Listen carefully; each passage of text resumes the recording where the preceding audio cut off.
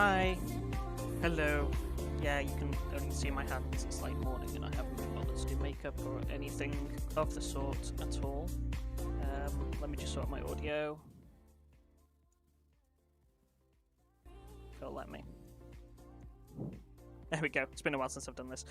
Yes, hello. I woke up this morning following Nvidia's recent announcement of their new graphics cards, and I was interested in doing some Raspberry Pi projects.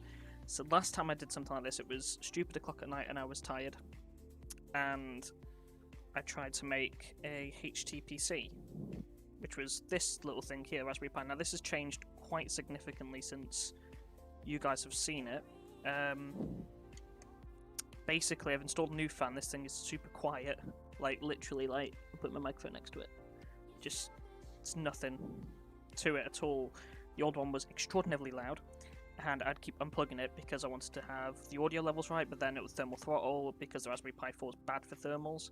Although they've released a patch now, which is part of the reason I wanted to do more with the Raspberry Pi, to see if the patch has now improved the heat dispersal. Not to mention they're also changing how they are doing the data rate inside the RAM. So originally it was just a single data rate of 4 gigs of RAM. Turns out this thing actually can support double data rate. And it wasn't enabled properly, and they've released a patch to do it, but unfortunately with how I've set up my HTPC, that's not possible.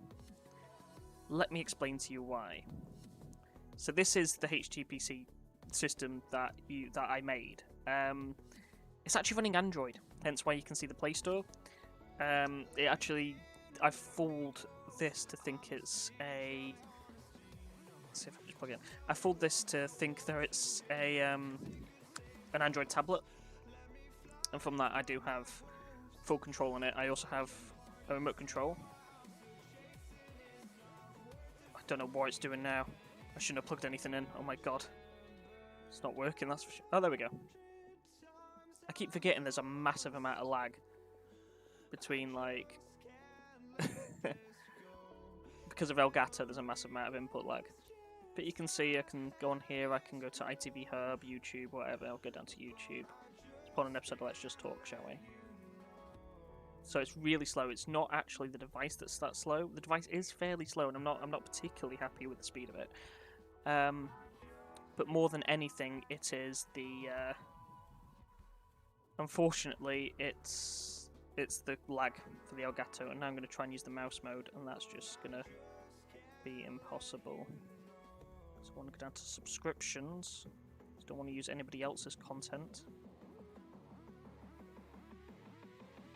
Show this off. I haven't got the Elgato port as a pass-through yet, so...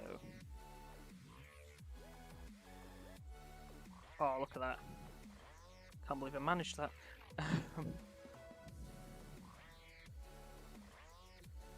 Okay, so I need to go left. 1, 2, 3, 4, 5, 6. See what that gets us. 1, 2, 3, 4, 5, 6, 7. 5, 6, 7, 8.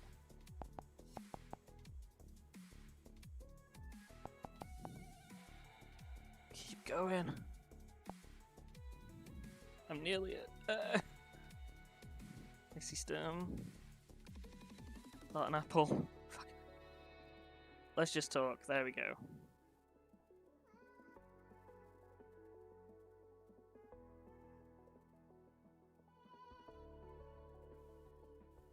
There we go, now we can watch episode 5 of Let's Just Talk on YouTube. And there it is, playing. Could do with spinning it along, see if that'll do that. Just do like a hell of a lot. God damn it, try mouse mode again. Which is fine when it's on the TV, by the way, it's just because it's the Elgato. Very slowly. Steadily.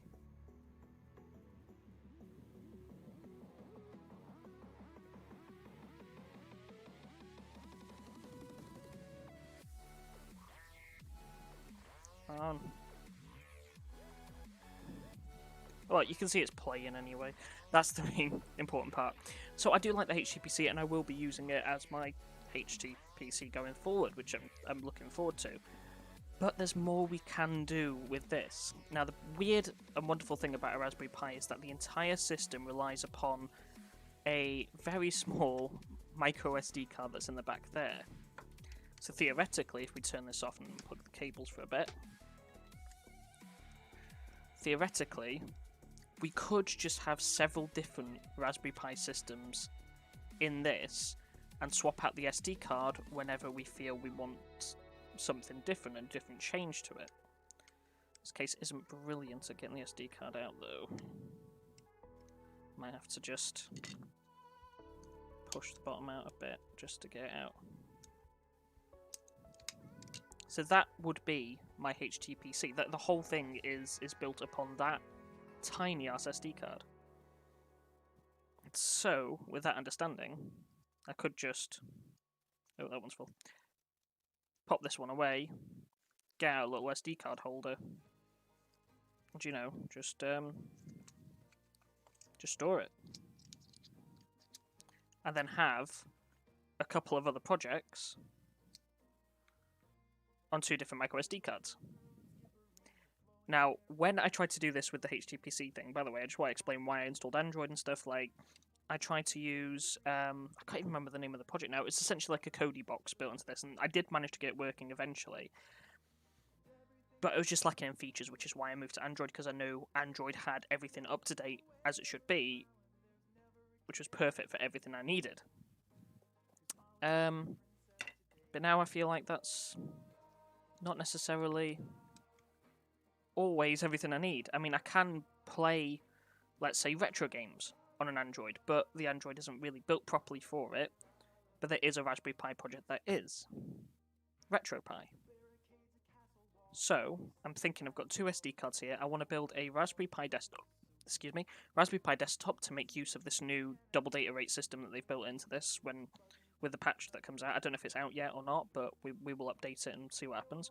And RetroPie, which is a Raspberry Pi emulation system, which will literally just run every retro game up to, I think, Sega Dreamcast on a small overclock on here, and I can also look at overclocking it. I might do that because I have got active cooling. Yeah.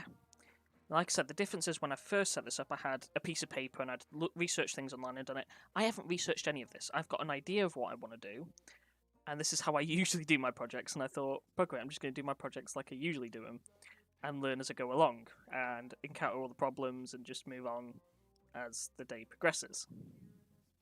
So without further ado, I think we should start on RetroPie. So we're going to start with Google, and I'm just going to type in RetroPie. So I want it for the Raspberry Pi 4. Now, the other thing that put me off doing RetroPie up till this point is it wasn't ready for the Raspberry Pi 4. The Pi 4 is still fairly new. It's about a year old now. But as you can see, RetroPie 4.6 released with Raspberry Pi 4 support. So we know we're starting to get to the right place for it all. So yeah, let's get RetroPied. Let's do it. So there's some pre-made images for the Raspberry Pi. Raspberry Pi 4, there we go. So that's downloading now. Awesome. Don't I have Balana Etcher in here? Cool, so Balana Etcher is a SD card formatting tool to make it all correct and ready for the Raspberry Pi, or pretty much anything that wants to use an ISO through an etching tool, through a micro SD card. So I don't know if there's anything on here first, because I know I've been using it on some audio devices that capture audio. No, I don't want to. But by the looks of it, it's empty, which is perfect little start for it. We just need to wait for the download. I love that I've decided to download while I'm streaming. So if this stream starts getting a bit then that explains why. Got so much crap on here. Okay then. So while that's doing that, we also I'm aware that we can probably, I think the emulators are built in, I'm not sure, but we should get a ROM at least. So let's do the obvious one. Let's do GBA ROMs.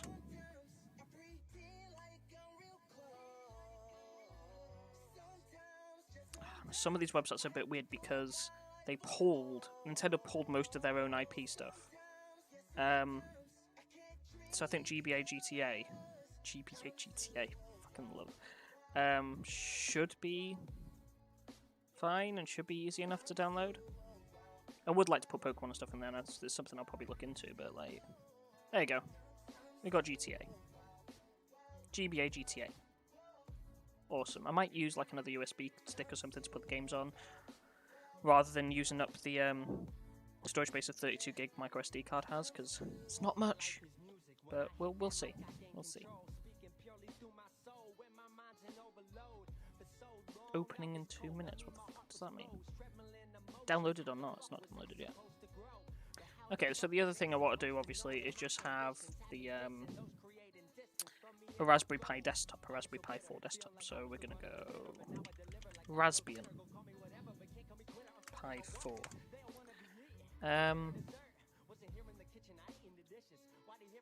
The fush? No, I don't want to buy a Raspberry Pi. I want Raspbian.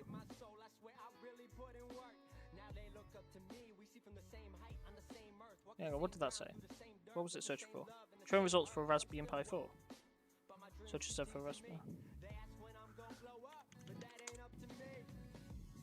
Raspbian Pi OS. Oh, it's just called Raspberry Pi OS now. Previously called Raspbian. It's been a while since I've used that then, because I don't use... I mean, I've got a server. In fact, I'm going to show you guys the server, because there's something to look at. So I have got a media server. And I accidentally hit enter there. Yeah, no shit, it doesn't exist. Piss off. And I can show you guys this IP, because it's a local IP, so you guys can't get into it. There we go. And then I'm going to log into it. And that is literally my Raspberry Pi 3, which is running in the corner of my room, and I can update it or anything. But that is literally how it is. It's just a command line interface, but it allows me to run a Plex media server off it. So all my media, all my DVDs have been ripped and put onto that. So it does help a lot. So that's the only version of Raspbian I've used for a long time, and you can see it's even called Raspbian back then. This is, Jesus Christ, this is probably well out of date, but it's fine. It works for what I need it for, so I don't need to update that. So we're obviously going to be going for this stuff. Jesus. Nearly there. About 20 seconds. We'll keep an eye on RetroPie, and then we'll work on this. We're not going to do with well, I don't know. Might do with recommended software. Just a bigger download. Maybe. Maybe.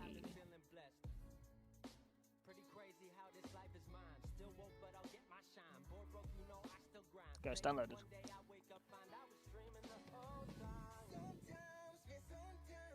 You don't need to open it.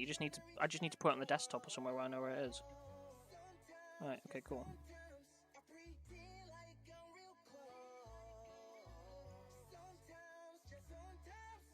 There we go. So it's got the file, it's found. Mass storage device I. I'm just going to make sure I've got like a pile of hard drives, as you can see. Yeah, it's definitely the iDrive, that's fine then. Yeah, we're going to flash it. Snabble Etcher is going to flash this operating system onto that SD card, and it should be a simple matter of just plugging the SD card in here and it runs RetroPie. Should. Should being the operative word there. So we'll see. It's going to take a while to flash. But yeah, then you got the Raspberry Pi OS here. It's an interesting desktop. It's just basically like a Raspberry Pi, because I've changed it. OS 64-bit. What? Oh, it has had an update. Jesus. Like, that is what I'm used to. If that's the new Raspberry Pi OS... Oh no, 20 best operating systems you can run on the Raspberry Pi. I want to stick to the Raspberry Pi OS. So this is kind of what I'm used to, this sort of system and layout. It's just, it'd be nice to sort of have a computer that I can use if I want to, down in my living room. For those who are wondering with my moving out thing, I'm moving out 2 months' time, hopefully, as long as there's a property available and stuff like that. There's a pile of paperwork and shit to go through.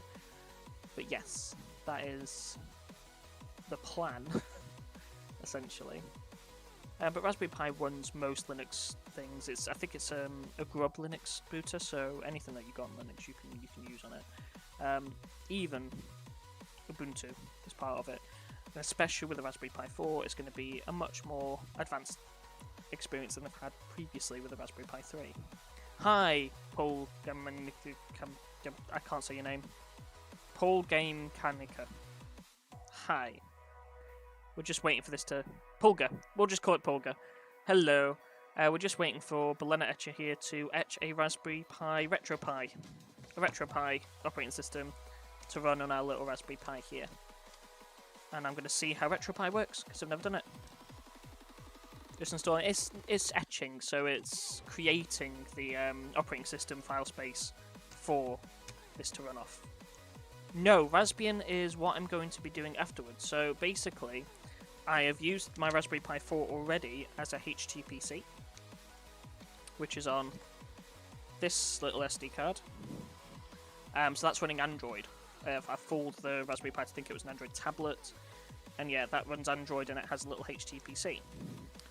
But I thought I'll add another couple of projects and just use micro SD cards to swap between the projects that I want. So at the moment, we are building RetroPie, which I've never used before, and I'm excited, especially since the Raspberry Pi 4 apparently can support up to Dreamcast games with a wild overclock, so we might look at overclocking it. And I've not used the Raspberry Pi operating system Raspbian since the Raspberry Pi 3 Model B Plus, which currently is, on my computer at least, well, on my little Raspberry Pi 3, is just a server, and it's just running off the command line interface at the moment. So it'd be nice to have a desktop that I can use in my living room, along with HTBC and along with RetroPie. You've used RetroPie, you're going to be my guide. I've never used it. This is completely new to me. I've done no research apart from the fact that I know what Raspberry Pi RetroPie is, and now they finally support Raspberry Pi 4s. Yeah, most people did use RetroPie on the Model 3B, which is what I've got. RetroPie 3. Yeah, Raspberry Pi 3 Model B. But this is number 4.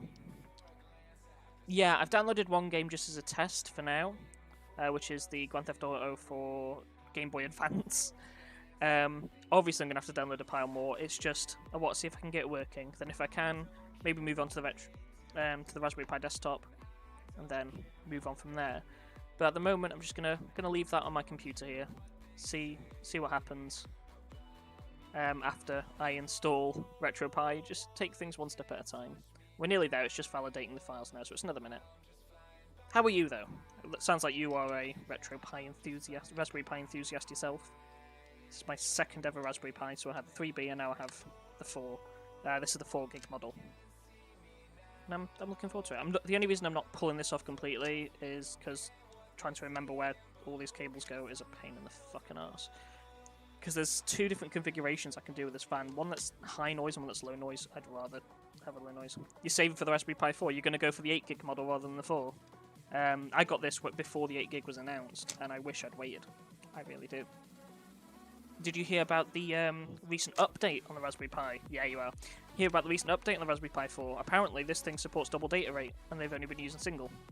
So now there's a new update coming out to make it twice as fast, essentially, which is crazy. Also, I think they're improving the connection speed between the microSD card to your system.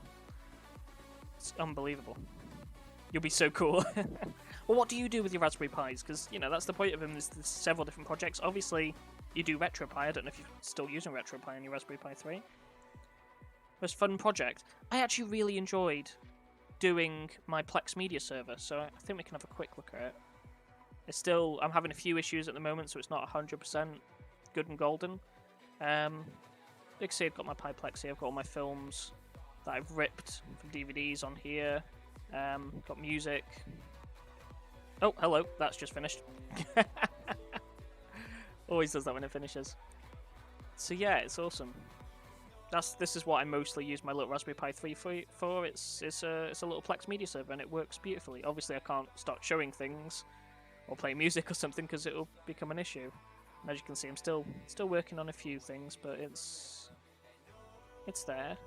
I can arguably show that because I made that, but What Culture's sort of made it for What Culture, so I don't know. Anyway, But then it's finished.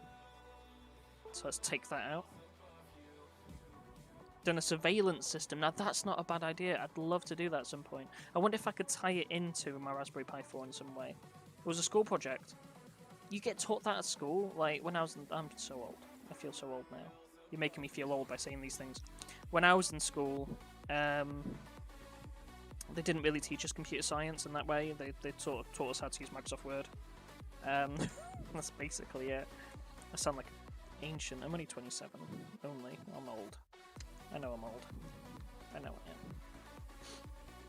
Youth goes away so quickly. Cool, let's bring up the Elgato. Yeah, do you know what? I love doing things with the Raspberry Pi, and I'm learning more and more about Linux every day I use one. So it's great. And I can imagine it would be awesome to do it in school. Apart from those people who just couldn't give a shit about technology, obviously. I bet they fucking hate it.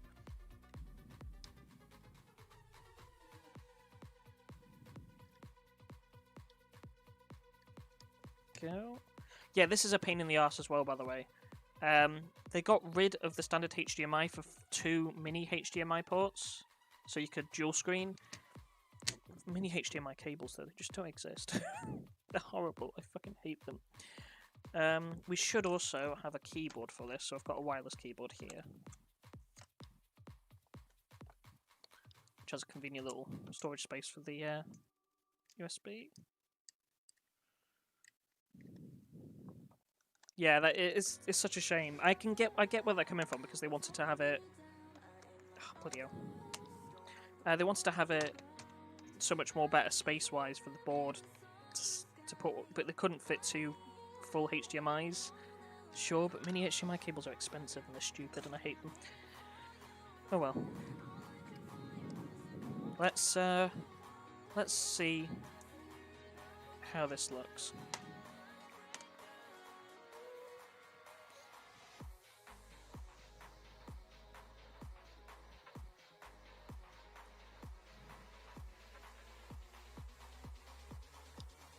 Okay, I cannot read that on the little screen I've got it on. Let me put it on my bigger screen.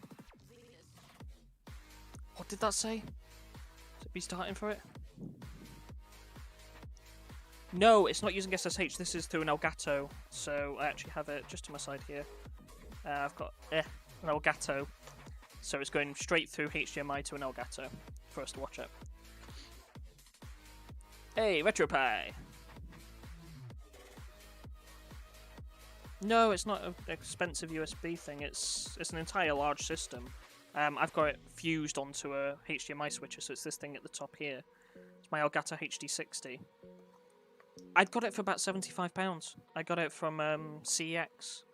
But as you can see, I've got a bit more money than sense, so I do tend to spend stupid money on these things.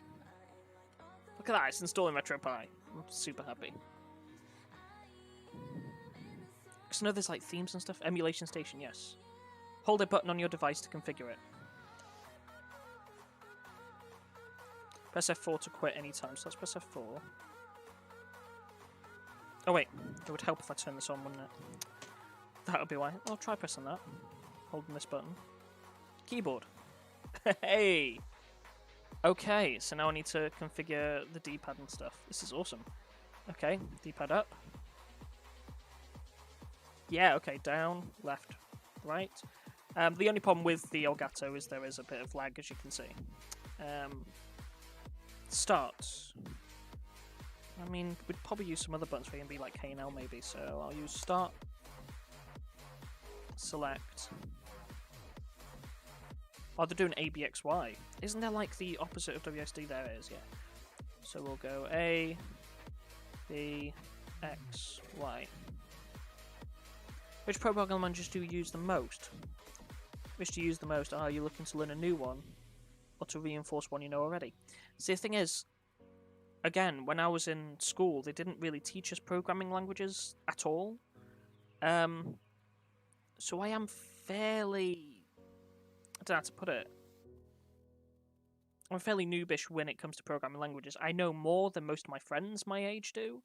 So I know HTML, Visual Basic, and some C#. But typically, I honestly... don't know much at all.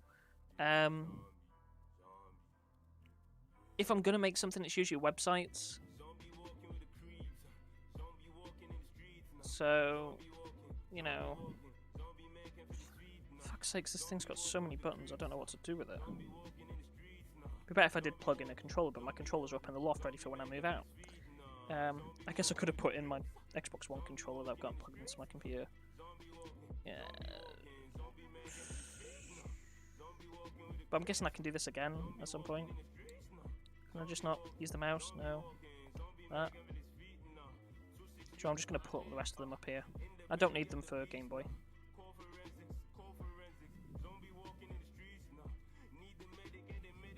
That'll do. Oh, do I have to use like A for it? A.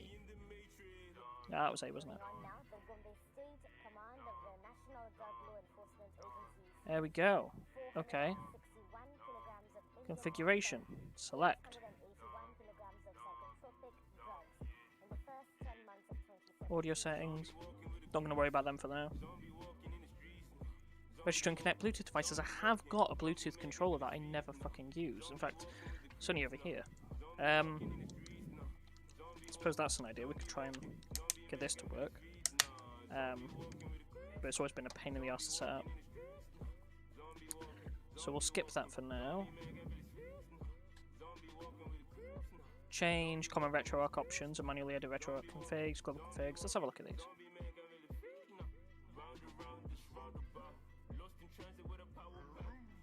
Man, that's difficult to read. Fuck. I need to set my HDMI pass through, don't I? If I'm going to watch this properly. What is this song? Can I just change this song? I'm not a fan of rap and stuff. Sorry for those people who are.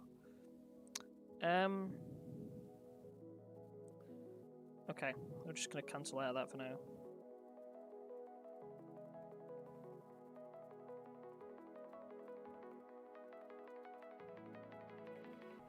Yes, cancel. Okay. Install emulation station theme. That's one thing I did want to do.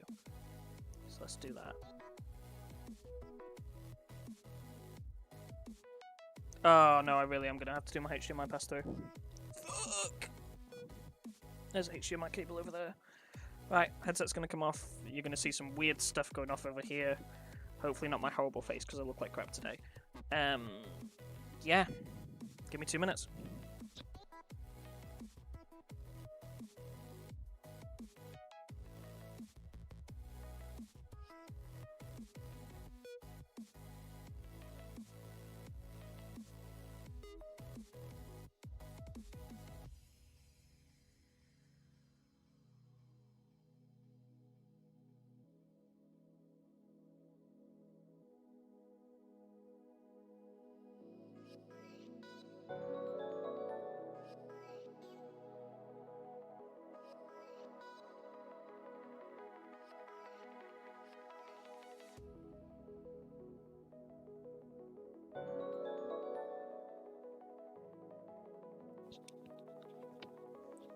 Well, thank you for the follow, Murky, and you, Pulga.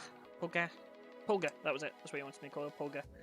I am back, and hopefully I've got the HDMI pass-through set up. Let me just move where I've got my screen here so I can see things a bit better. And then I need my shitty remote control for my TV. There it is. HDMI 2. Okay, there we go. Download theme gallery. Update all installed themes. Okay, so we don't have a clear look at what these are. So I think the best way for me to figure out what's the right one to install is, well, it's probably with Google. I mean, just makes sense to me. Retro High Themes.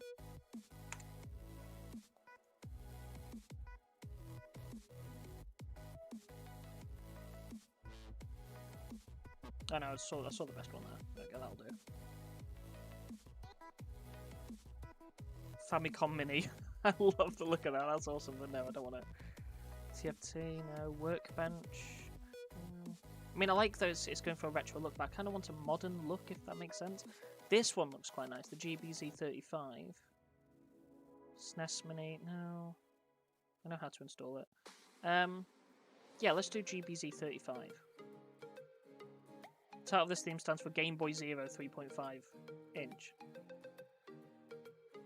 Majid's console title is minimal artwork. Yeah, do you know what? That seems right to me. So let's try and install that then, shall we? So it's called Game Boy Zero 35 or GBZ 35. So many on here. Euphoria, Retroplay, Switch. Ah, there's the Famicom Mini.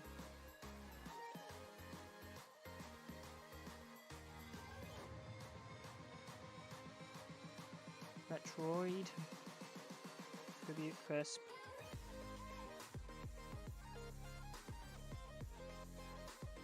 Minecraft. Mario Melee. Oh my god, there are some decent ones here. Jesus. I'm loving this. My god, there's so many.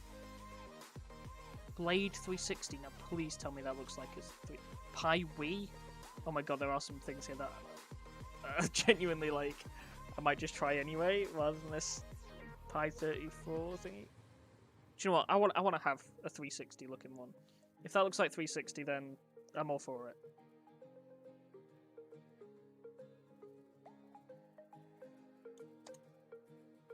Okay, I think that installed.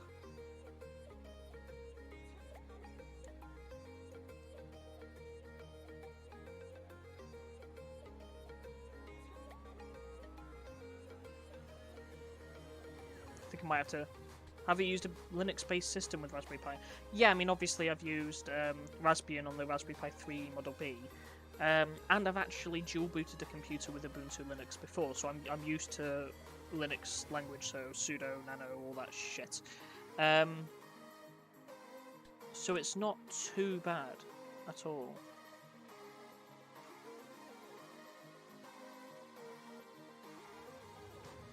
This error running it. Bastard. Okay, what else we got then? Yeah, I don't actually know if it didn't work. I can try... If I go back... I don't think it did work. I'll come back to that. Now that I've got this on full screen now and I can see it properly, let's have a look at this, what this configuration editor was. This is where I'd overclock. Configure basic, Liberto, emulation options, or advanced configurations. Click advanced. Liberto, manually edit RetroArch configurations. Oh yeah, look at that.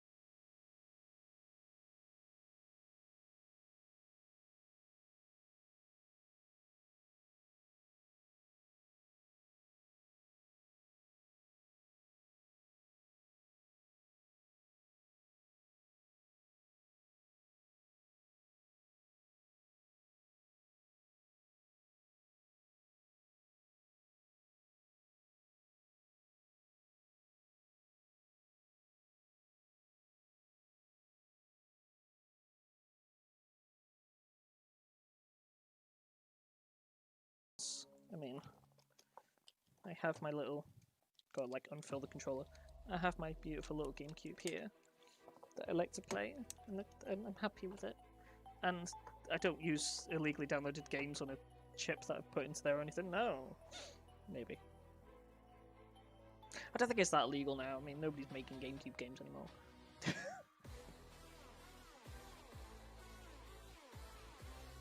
But I feel like this would be more retro anyways. It only goes up to Sega Dreamcast, really, the power of this thing. I can see stuff like Game Boy Color, yes! You know, I want to have those classic things, Game Boy Advance, Atari Linux. Oh my god, it's really installing everything. I fucking love this. This is great.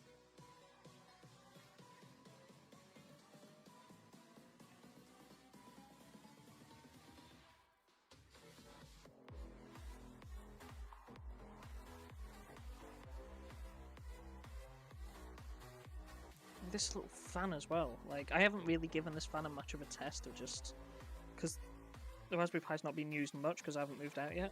But yeah, no, those chips are cool. Those chips are freezing cold in there, and it's so quiet. This fan, I love it. Like the old fan that was on this was just terrible. Hey, sorted. Cool. Install packages. Let's see if it requires an update. I doubt it needs an update, seeing as we've just downloaded it.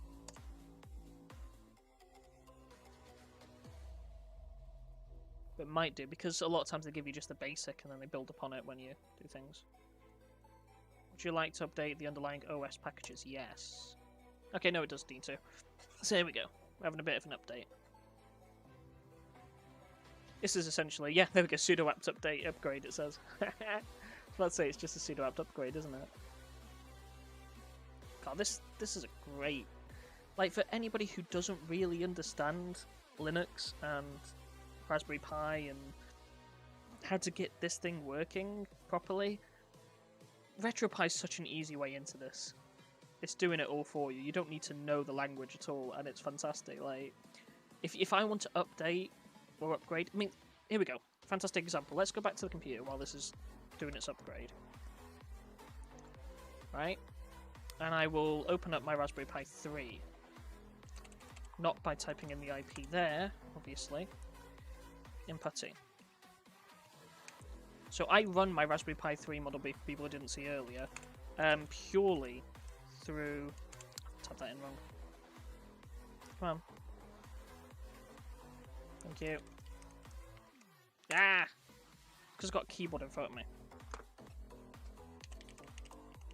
Yeah, I run it purely through a command line interface. Fuck, that was correct.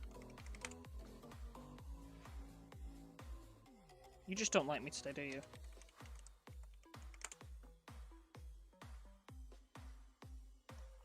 Do you know what?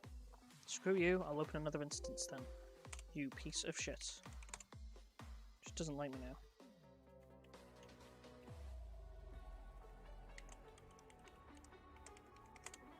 Oh no, I think I found the problem. Caps lock was on. Wow. Let's just close that. Just shut the password off, rather than what I wanted to do. Fucking I accidentally hit enter. Oh my god, it's not working for me. Okay, this is the one now. Yeah, 968 under 71.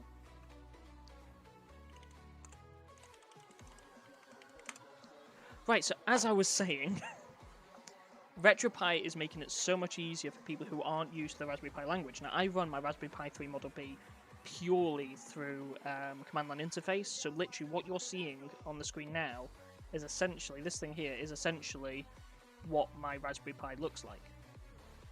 Like that's it. And through this, I run my networking and my media server and all that. So I've got a NAS on there as well, network attached storage, which, you know, I can actually access here. So Plex Films, Plex Music, if I have any more music, I can add it to here. And all my music's added there, and that will work over the media server. But what the RetroPie is doing at the moment is it's upgrading, so it's looking for any updates as well as making sure that the operating system's up to date. To do that, on here, you'd have to know the language, so you'd have to type in sudo apt get upgrade. Obviously, a lot of this can be Googled and stuff, and you sort of learn certain languages as you go along. So there you go. It said it needs to have a small upgrade. After this operation, 0 bytes of additional disk space will be used. What? Oh, right, okay, there we go. So it just wants to remove the EEPROM images because it's no longer being used. I can press yes, and it's doing that. But the difference is, while that's doing that through command line interface, the beauty of the RetroPie is it's just doing it for me, which is crazy. So I don't have to type in these things. I mean, technically they've done the -yes. So basically, if we go back to the command line interface here in a minute, once it's done this, it shouldn't take long. You would do something along the lines of sudo apt-get upgrade -y, and that would mean automatically yes to everything as you go along. Oh, hang on, I haven't changed this pack. There you go. That just means yes to everything as you go along. So if there was any things, it would just automatically yes it. Or you could do -no, and you could say, you know, absolutely no to anything. That kind of thing.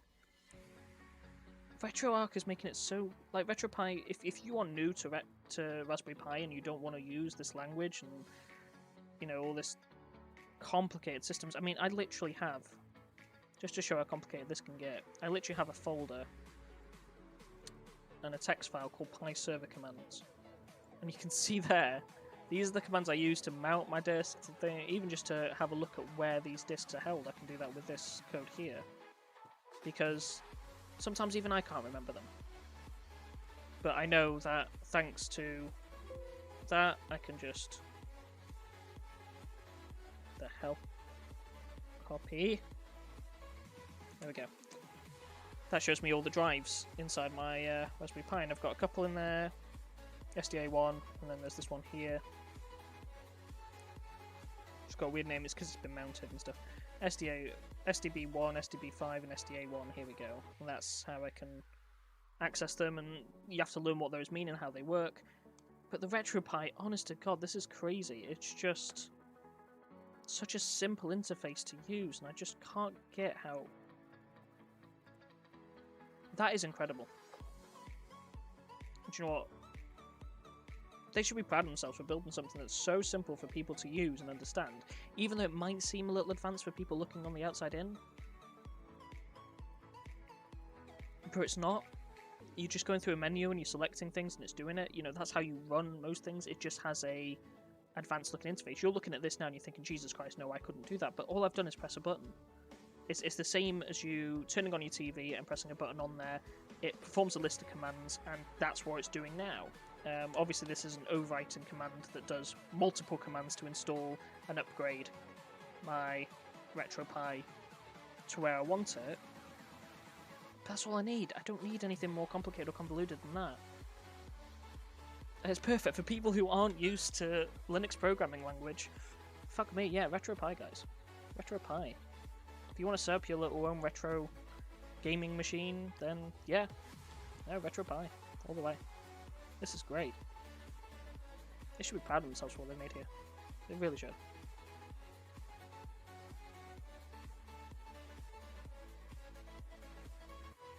Please reboot the system when convenient, as just said, so... Might have to do a sudo reboot. That's how you would reboot it in command line interface, is sudo reboot. But this probably has an off and on button, so... I mean, it has got a physical off and on button on the power cable here, but ignoring that, this probably does have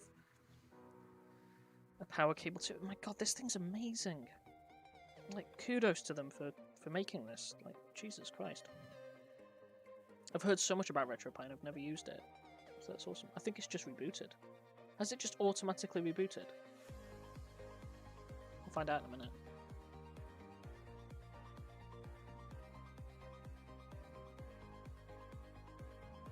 This might be applying things and trying to turn off. No, we're just installing things. You're back, hey! I was just saying how simple RetroPie is to use. The fact that you just go through a menu and you select upgrade and it will upgrade it to the latest version, rather than doing what I was showing off on the computer with my Raspberry Pi 3. You know, sudo apt upgrades and stuff.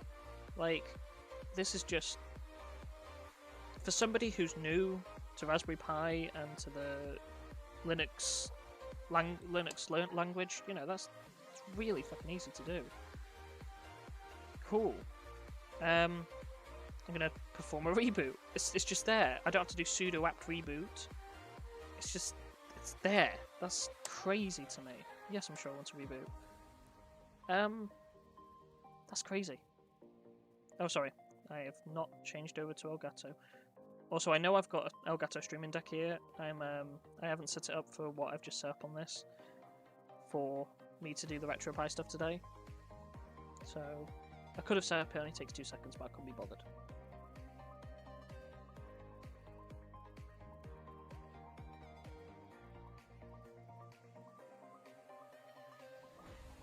Okay, so I've now installed all the core and the base inside here, as well as upgraded it to the latest version, which is very important because this is a Raspberry Pi 4 and it didn't really support 5 before. Cool. So is there anything else I need to do? Or do I just throw a game in and see if it pops up the game? Because it wouldn't surprise me if it was that simple to do. Command screen. Oh my gosh, the run command configuration is just in here. This is crazy. Let's launch the RetroArch UI and see if that allows me to perhaps install a Game Boy Advance emulator, because that's what I want to do. I want to test if I can play a Game Boy Advance game on here. Oh my god, what is this? I want to load the core. No core. I don't know how this works. I think Google might help here.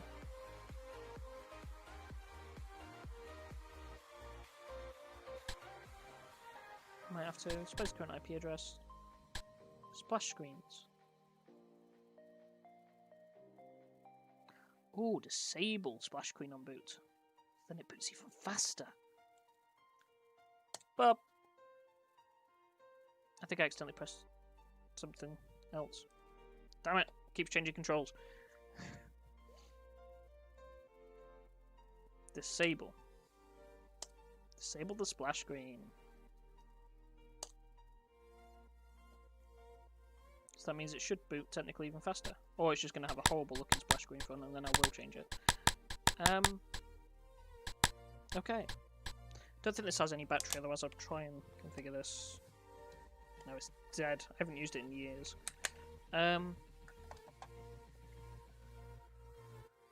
Okay. I guess we should find out how to get a Game Boy Advance game working on this thing. Shouldn't we?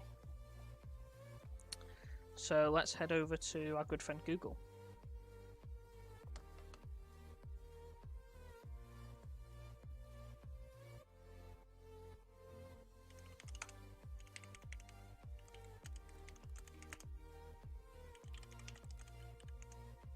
How to install an emulator. Initial setup. Insert the SD card to the Raspberry Pi. Configure input. After rebooting, the system will once again ask you to configure an input device. Let's have a look at all this.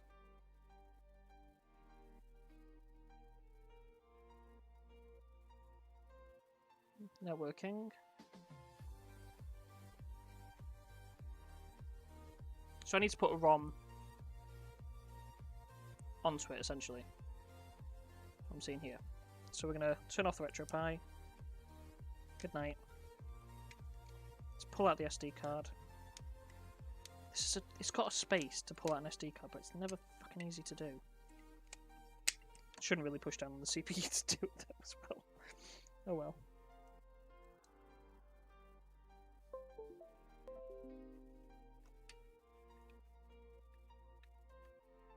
I'm wondering if there is a space on here. Yeah, no, that's not gonna work. No. No. I'm gonna need a little USB stick or something, aren't I? I can make a USB stick kind of thing. Because I'm thinking, do I have a spare USB stick? But I do have this weird little contraption. Should really swap this over to this, shouldn't we? got this little weird contraption here, which is essentially an SD card to USB adapter, a micro SD card to USB adapter. Yeah, where's my... Let's grab these.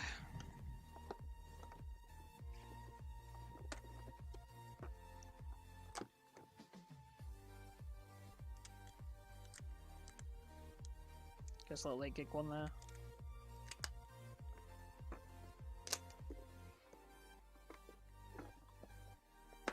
Is that out of the way? Right.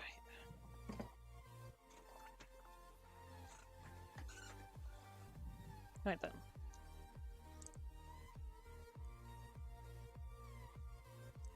So let's plug that in.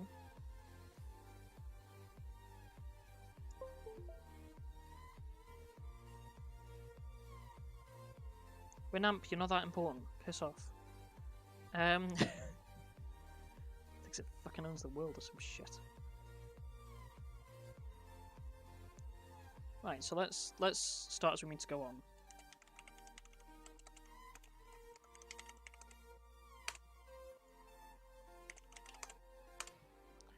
Game Boy Advance ROMs.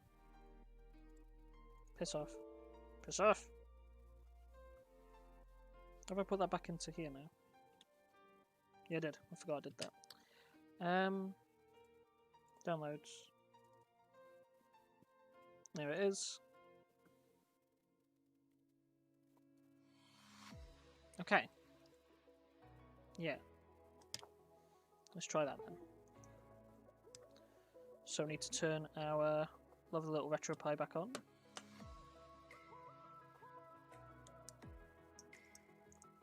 Then when it's on, I'll plug this in and we'll see what happens.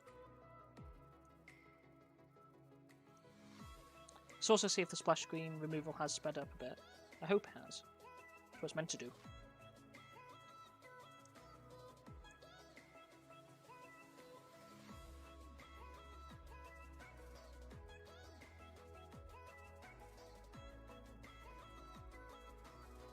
And then I do have a wireless Xbox 360 controller for this, for the living room when I move out. Oh, you know what, that speeded things up.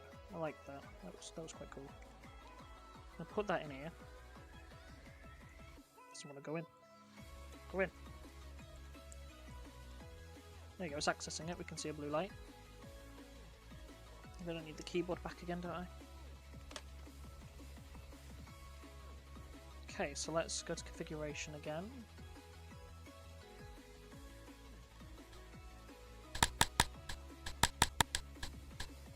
Is that right?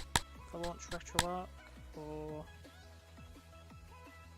is it in here? Do I need to head back to the how-to instructions on Google? Load content, let's try that.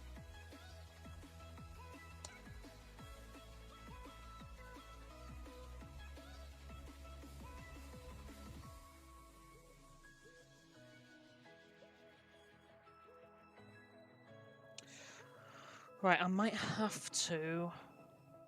Oh no, there it is. Hey, hey. ROMs. Bastard. Because there's no core. So do I have to install a core for it? How does this work?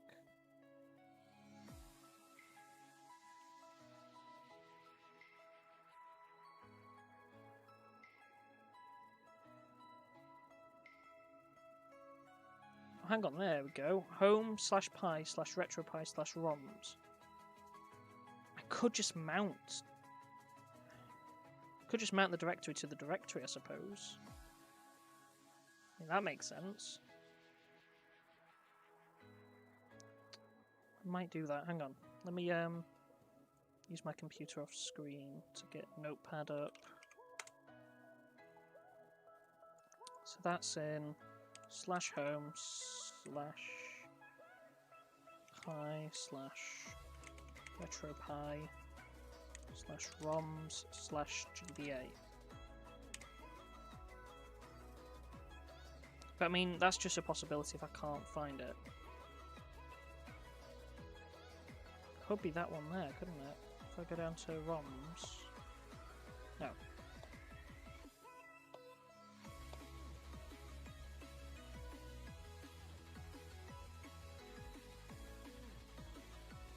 Mounted. No.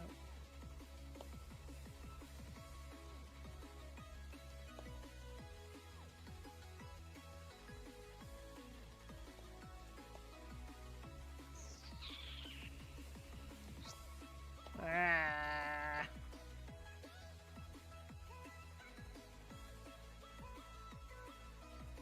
Right. We'll mount. We'll mount.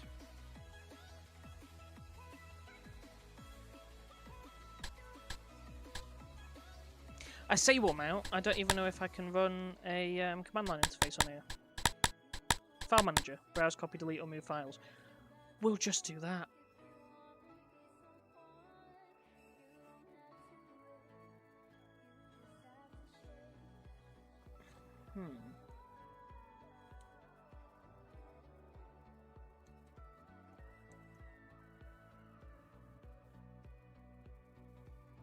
If I can bloody find it on here, Jesus.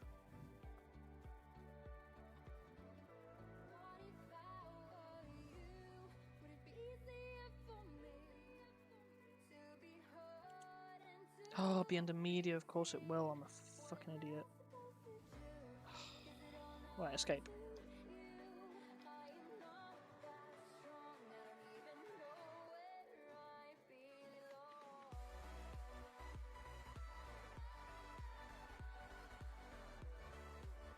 How do I get out of this? It says 10 quit, but there's no button 10.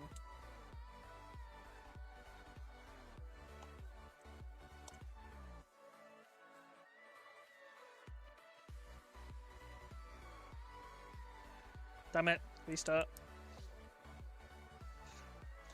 Oh yeah, I should really change this over to that mode.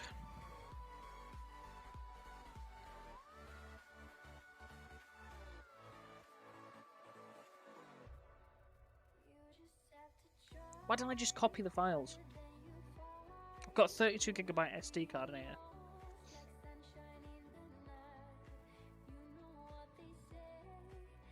And that could just be a second.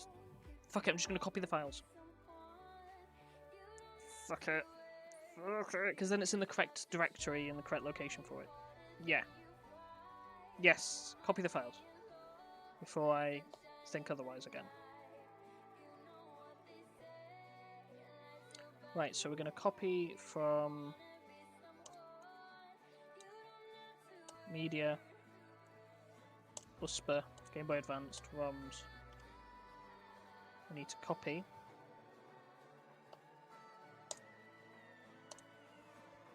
It says 5 to copy. Copy. Doesn't show me how to do this. Want your plain shell, press C. -O. What the fuck is it on about? Right, do you know what? Restart again. We're just going to go straight into RetroArch and install it straight.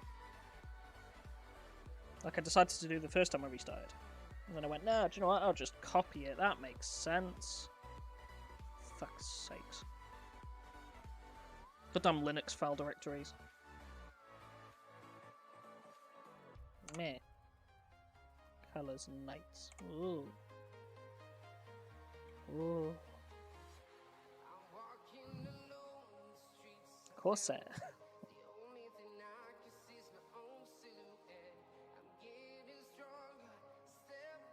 Okay. Configuration. RetroArch.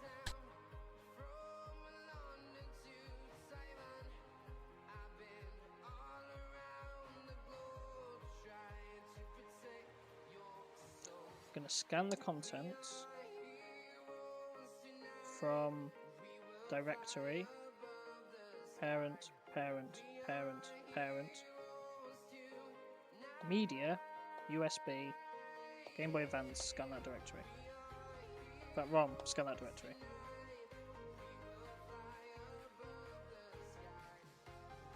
Okay.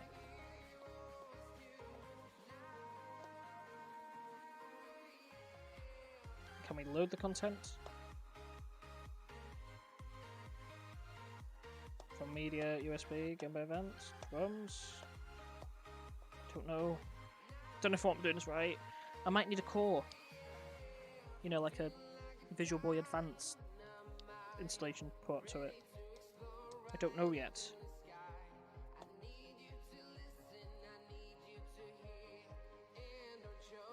Well, seeing as I haven't got anything yet, I suppose that's correct.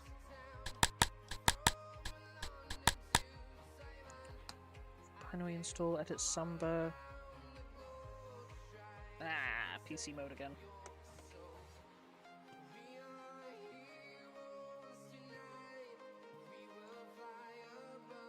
RetroPie setup. Initial setup. Installed. Awesome.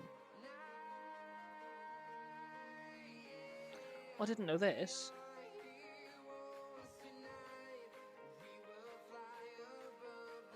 Anyway, networking, install ROMs. Emulators require ROM files. If you don't want to do this step, that's okay. A few self-contained games can be installed in the ports section of the emulation station, such as Doom and Quake. Networking enabled, it's possible to copy the ROM files across the network. Oh, I could just Samba it. I'm not gonna. ROM files are installed in specific directories of home, Pi, RetroPie ROMs. Which should be fine, and I can do that.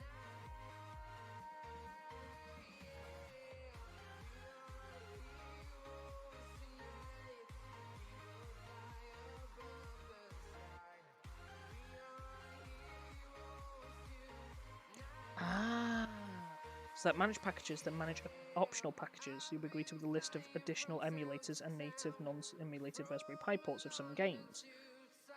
Okay. Let's try that.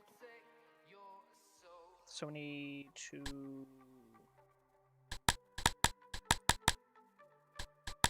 RetroPie setup.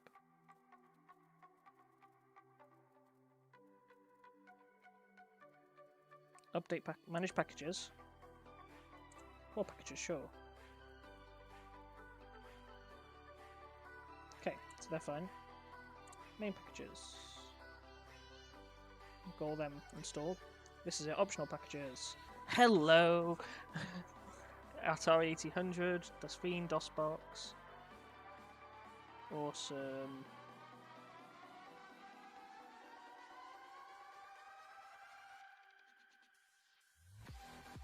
Cool, so I guess I just need to go through here and find the emulators. Now I know the one I want for... I just need to find it. For the Game Boy Advanced.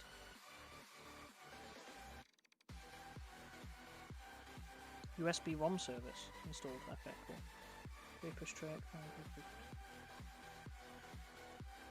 I've got Lazy Doom there. Fuck it. Do I like Chverches? You'll have to elaborate what that is, I'm afraid.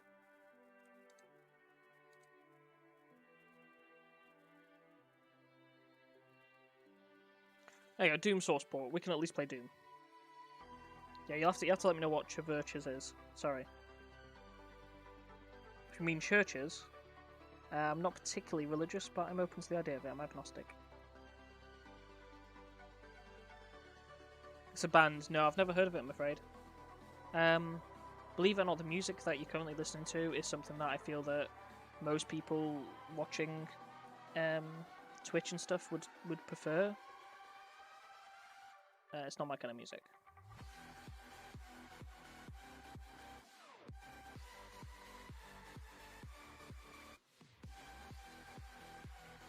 No. I don't tend to listen to this stuff in my own time. I'm a metalhead.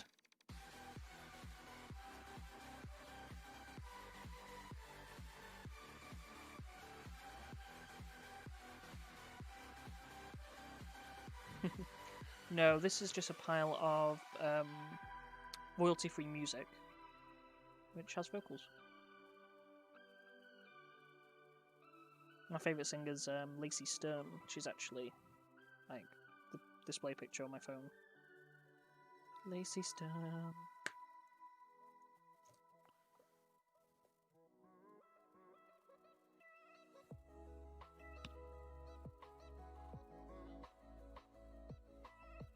Okay, so that should technically install as a port Doom.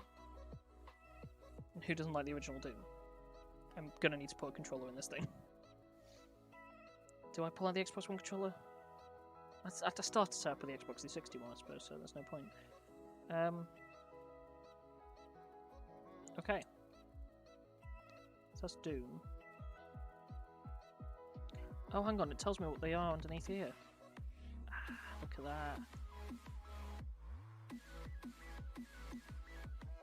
Game Studio, Atari, Macintosh emulator, Laserdisc emulator, DOS emulator. DOSBox isn't a bad idea, we can play some old Elder Scrolls on there. Let's get DOSBox.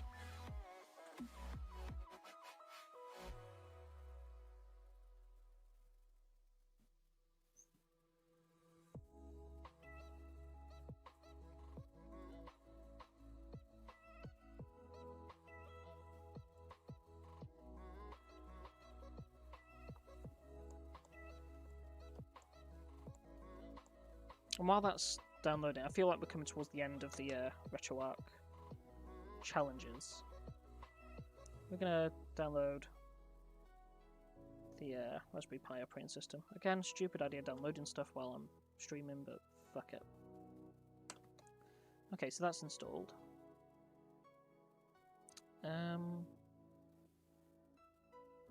Okay, go back. What else we got? Frots, Infocom games, Spectrum games, Atari emulator, television emulator, Apple II, Jesus Christ, MSX emulator, PlayStation Portable emulator. Don't know if that would work on here. Tempting. I mean, it's RetroPie. Yeah, fuck it. Let's try that as well then.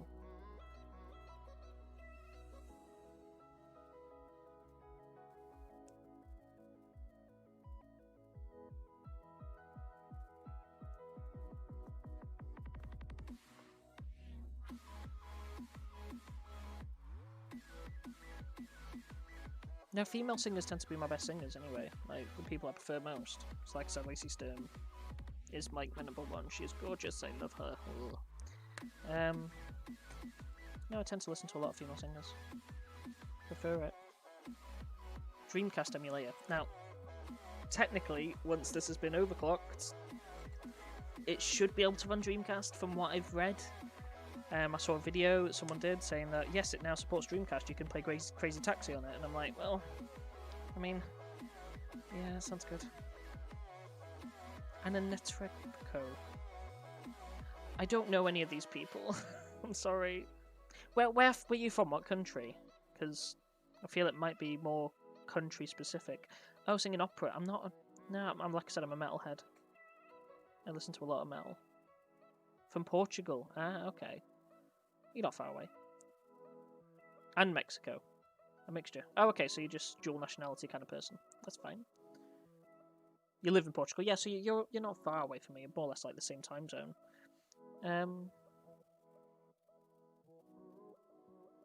Yeah.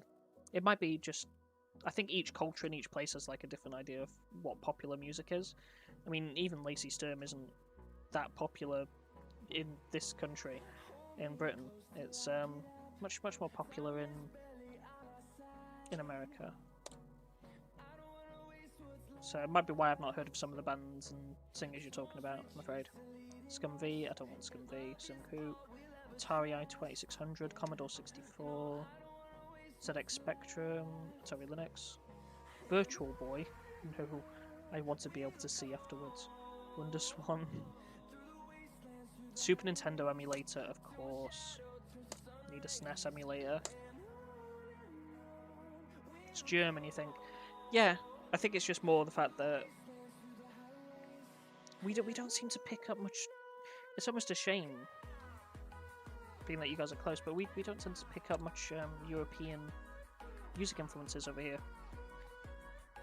Russian, Austrian, same thing. It tends to be just English and American that people listen to, which is a shame. It really is.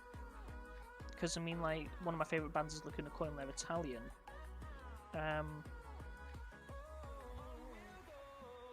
Yeah. I like them. doesn't, and you know, they sing some of the songs in Italian. You don't care that you can't understand it. You just enjoy the music. Mr. Boom, Cave Story Engine. What? Odyssey 2, PSP. I've already done one of them. Another SNES engine. Game Boy Color engine. Yes.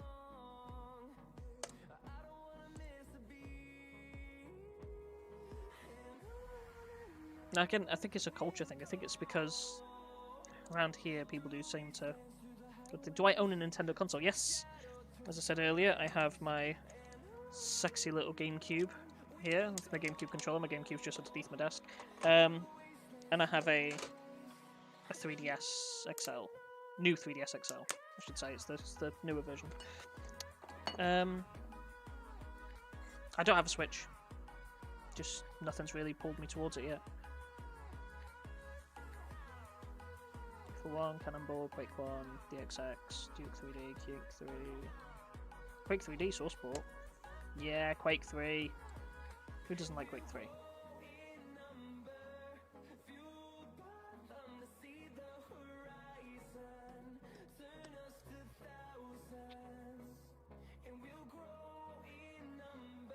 So I'm now hoping that when I go back to the main menu I see something. But yeah, no, GameCube has always been my favourite console.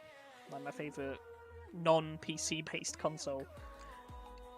Like, it's just a GameCube. Like, it's so weird because I'll hold like a newer controller. So this, you know, I've got an Xbox One controller here. And that's, you know, that's been adapted over time to be correct, but it's still something, the feel of a GameCube controller, it's just so nice. Just like a GameCube controller. Favorite Sega? I'm gonna be biased and say the Sega Master System 2 because that was the first console I ever had. Don't want to install Kodi because I've got my HTPC thing. Open source city building game. No, I'm alright. Doom, Macropolis. Open TTDs on this. Yes, yes, yes. Who doesn't like OpenTTD? I mean, seriously.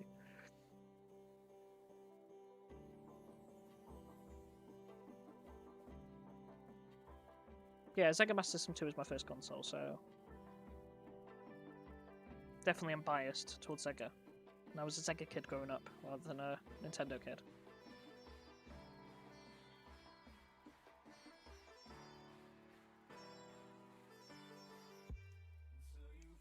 So much quick one. Port of Wolfenstein 3D. That's what I'm talking about. Let's go kill Robot Hitler.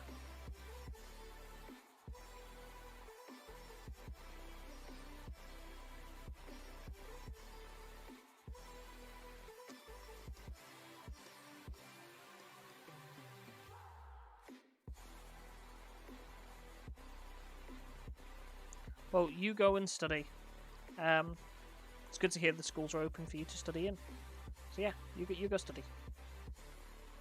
I'll carry on this, and I'm sure if you're interested in seeing more of it, it will be on my YouTube. Thank you. Thanks for your help. See ya.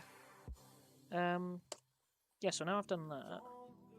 Driver packages. Bluetooth stacks. Oh, look at that. It's got, like, controller connections. Xbox 360 gamepad driver. Yep. So I'm going to need that later on. Not necessarily right now, obviously.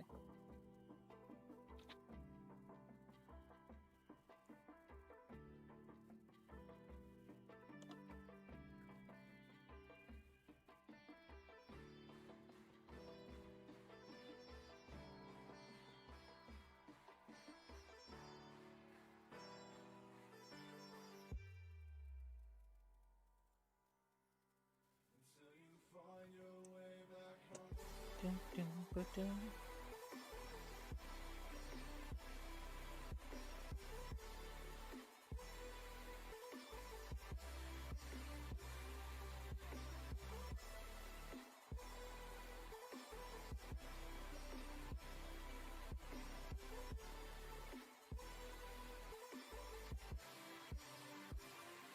How's this thing keeping cool now with it's doing quite intensive tasks? Do you know what, this little fan, so quiet, but it works so well. It's crazy. Crazy how good that is.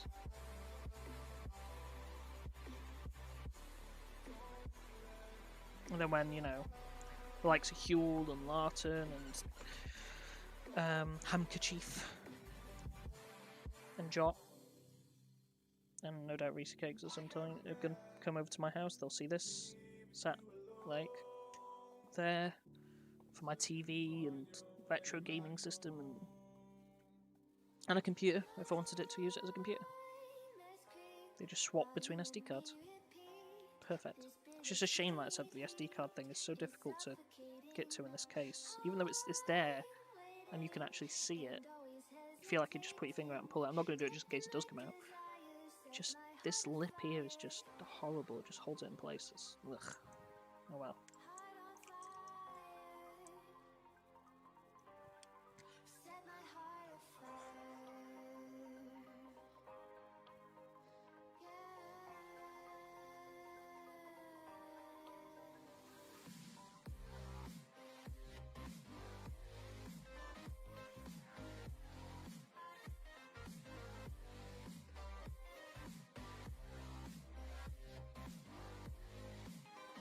Wow. Xbox 360 controllers take a lot, apparently. See, I'm so worried because like, I can remember some of the buttons that I set up earlier. I'm going to try and start playing Doom or something. I'm just going to like go, okay, well, at least we know it works, and just close it. I'm not going to have a proper game of it.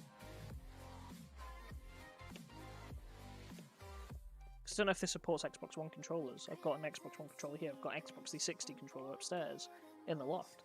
And I'm not going up in the loft just to get a fucking Xbox 360 controller. I'm sorry. I'm not. It's as simple as that.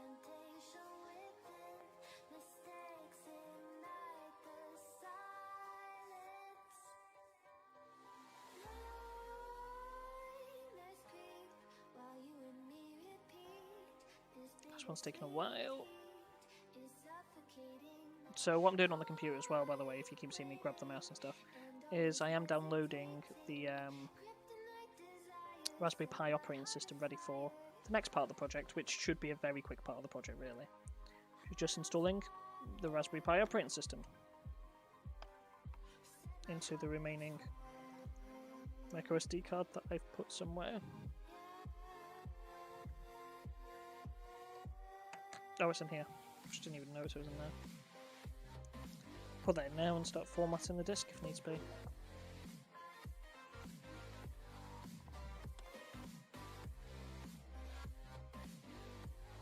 Yeah, it does need a format.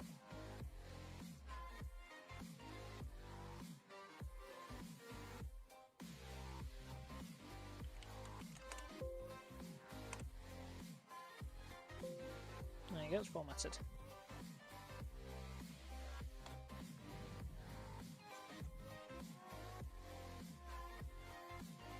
I didn't think about installing a bloody Xbox 360 controller. It takes so long. I was ready to go, right, we're about ready to just test this and see if it's working and move on to the next project, and this fucking takes forever. And then I've also got to test something. I think I'm going to test this before I install Raspberry Pi OS. Is whether or not it is true I could just swap microSD cards to change what system I'm using. So we'll put the HTPC back in, because that's what this is, it's the HTPC. Yeah. Put that back in and see if it works, and if it does, fantastic.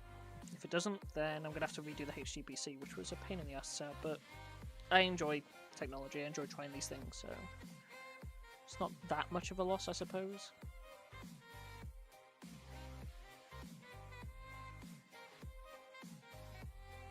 But my god, this is taking a lot longer than I thought. Right, if it's taking this long, how far are we off? Okay, we've just finished downloading the Raspberry Pi operating system, so I guess we'll swap back to the PC version for a bit. That was just me formatting there. So we need to, again, pop this onto the desktop. That's in the zip folder. Wow, the image is just separated.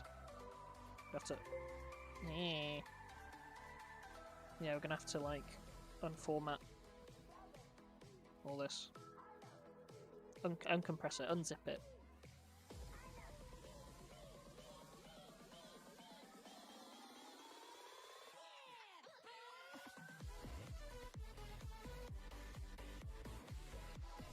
So we can start building a retro anyway.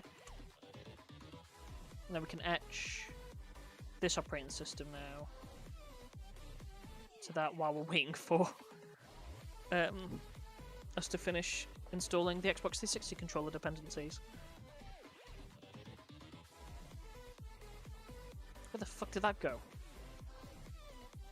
Jesus Christ. I don't even have a screen up top here. I don't know where that was going. Cool, we've got that into the iDrive. I'm just making sure, because again, I've got too many fucking hard drives to count. Yeah, I is the Pi OS, that's fine. Flash. So that can flash whilst we finish off with Elgato, which hopefully is closer to the end now. Well, it's definitely something.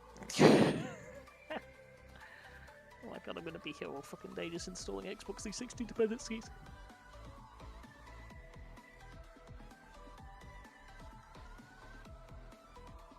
I swear to god, if it finishes etching Raspberry Pi OS before this fucking finishes, I'm just gonna...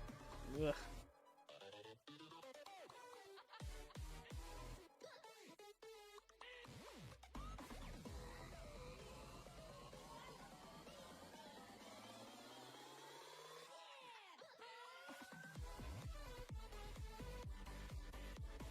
Music's alright though. Enjoying it. Quite like this song. It's alright. Say this is all royalty-free music, it's not bad at all.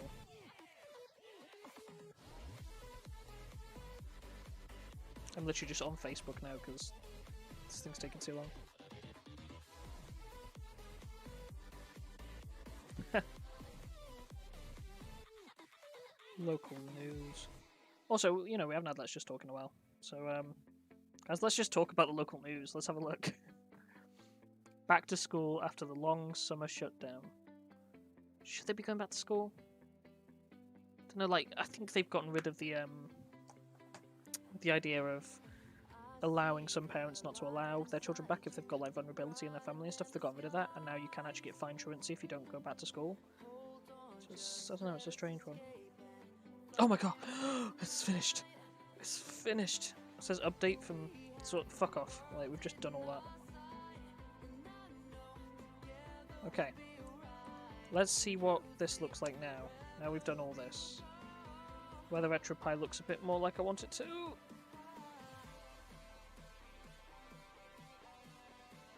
No.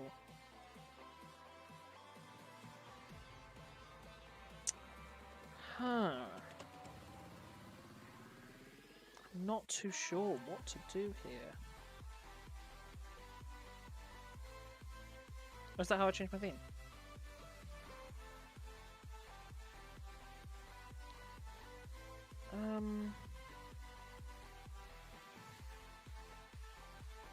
Snow systems installed. What am I missing? What am I not doing properly? I'm obviously missing something. Configuration tools.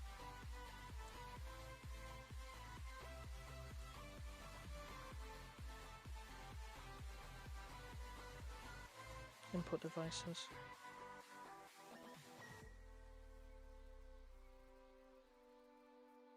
Configure Wi-Fi, USB ROM service.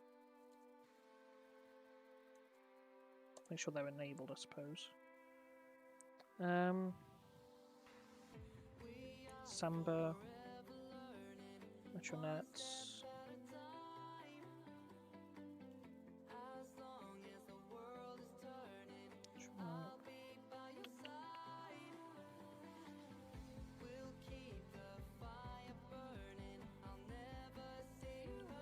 I'm obviously missing something obvious here, aren't I? Let's go back to PC mode. Let's have a read of how to set up all this and see if we can figure this one out. Hey, Squiddy, how you doing? trying to set up RetroPie on my little Raspberry Pi 4 over here. And it's going somewhat well. We've got RetroPie running. It's just trying to figure out how to get the emulators and ROMs to run properly on it. So let's see here. You're at your Lake's clubhouse for school because your house lost power again. Oh my gosh, you still having power problems? I thought they'd fix that now. Such a shame.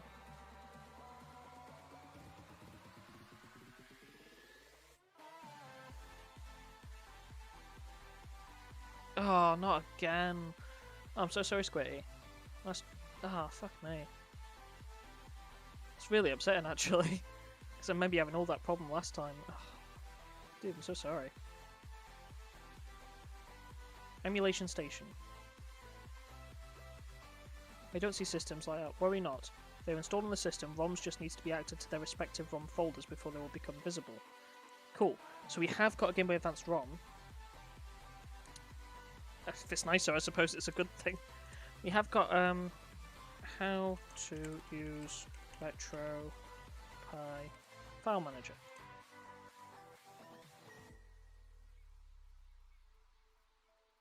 Noob trying to navigate File Manager to delete files.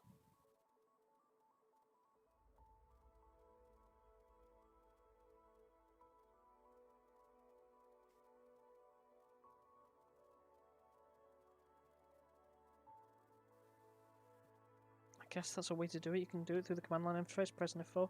I don't want to do that. I want to use... Do you know what? Let's watch a video. So, all credit to this goes to Levi Kellogg.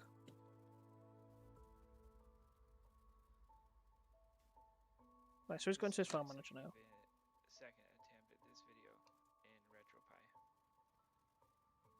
In some themes it's under configuration. Now you do need a keyboard to do this. I've got a keyboard. Can we pause the music for a bit? Let's pause on that.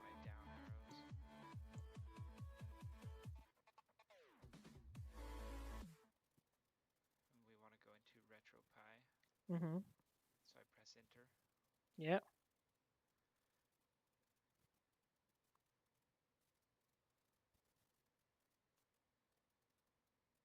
So if you want to... Oh, he's so slow. Or you have a ROM that doesn't work, or you just don't want so many games, you want to go into File Manager like this.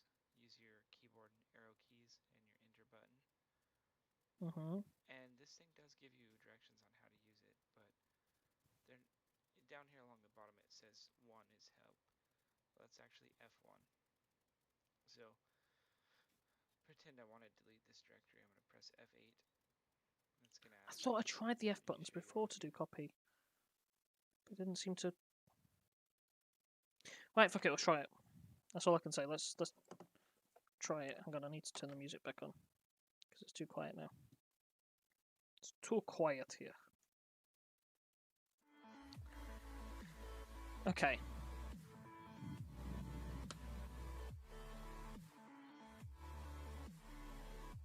So we can exit this. Go to the File Manager. No, I have to use the weird buttons again. File Manager. Right, we're going to go back, Media, USB, Game Boy Advance, ROMs. We have our ROM there, right? So now we're going to go into the other one and figure out where we want to put it. RetroPie, ROMs, GBA.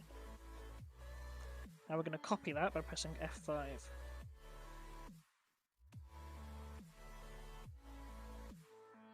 Copy F5. Ah! There's a function button on this I didn't press. Copy that to that. Okay. Hey! Okay, and then we need to press function F10. And if I go back, it loads. Configuration. put it in the right thing. Let's try RetroArch. Ah, it's in the right folder now. Like, I can literally unplug this.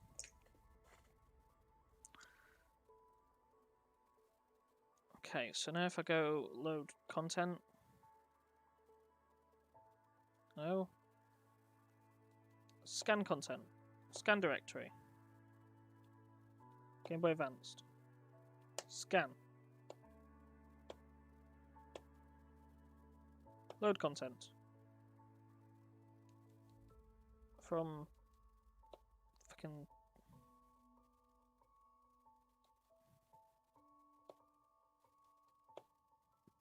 RetroPie. ROMs. D8. Why can't you run GBA files?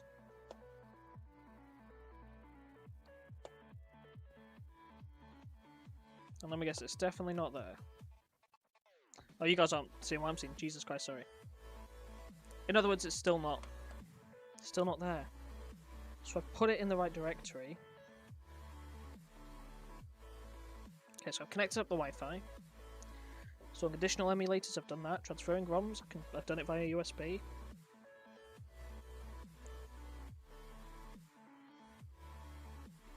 Audio, and then play. Maybe I need to reboot it. Off. On. See if that does anything.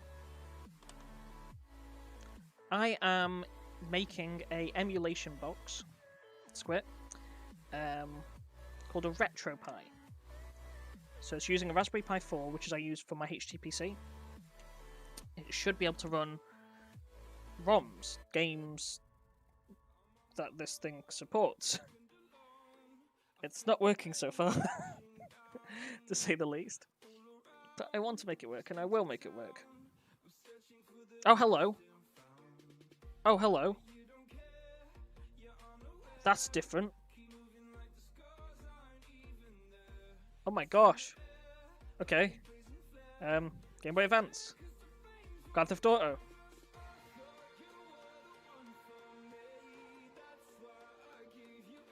Okay, I need to configure it, apparently. Oh, there we go. It's playing Grand Theft Auto. Grand Theft Auto Advanced. Press start.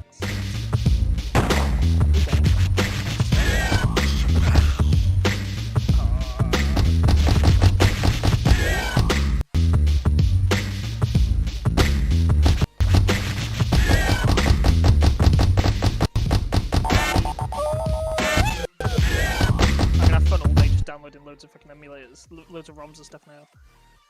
Jumpstart, okay. Story, don't care. Story, I just want to play the game. Oh yeah, look at this.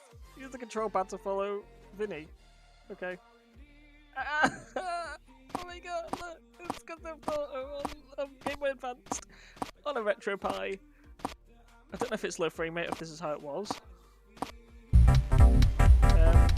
Because you are talking about a game that was complex enough to play a PC title.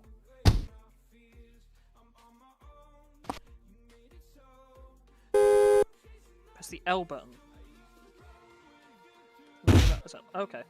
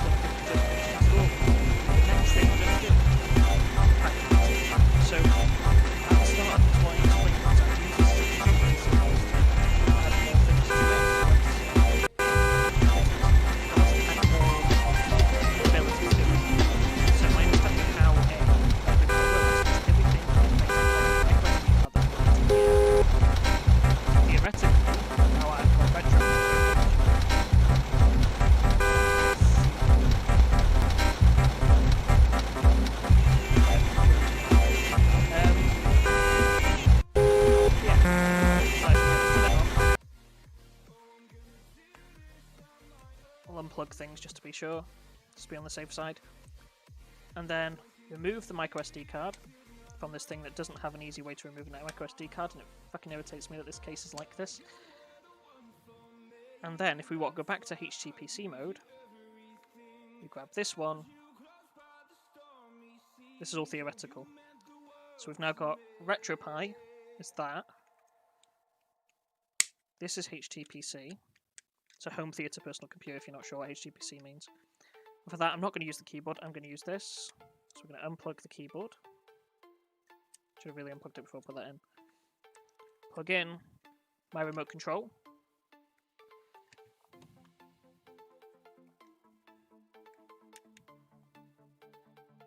Plug these in. Turn it on. And what we should be able to see soon is an episode of Let's Just Talk on YouTube.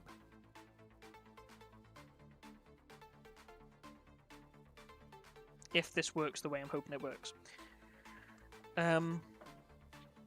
Unfortunately, HTPC does take a long time, but that's it, that's Lineage OS. So theoretically I am correct. I can multi-boot this Raspberry Pi to run several different things and just swap out the SD cards when I want something different. It'll probably be on this most of the time, the HTPC. Oh my god, that's brilliant. It's opened so many possibilities. I just have to buy a new SD card every time I want to do something new with my Raspberry Pi 4. Oh, this is great. I'm loving this. I'm so happy. I am, honest to God, so bloody happy right now. You have no idea. I could cry. How well this is working. I can't believe it. My God. Okay, so let's put on YouTube. And let's put on some Let's Just Talk, I suppose. I can't believe this is working so well. It's crazy how well this is working. Subscriptions. So this isn't RetroPie at all. This is the HTPC. It's an Android that I've installed on here. I've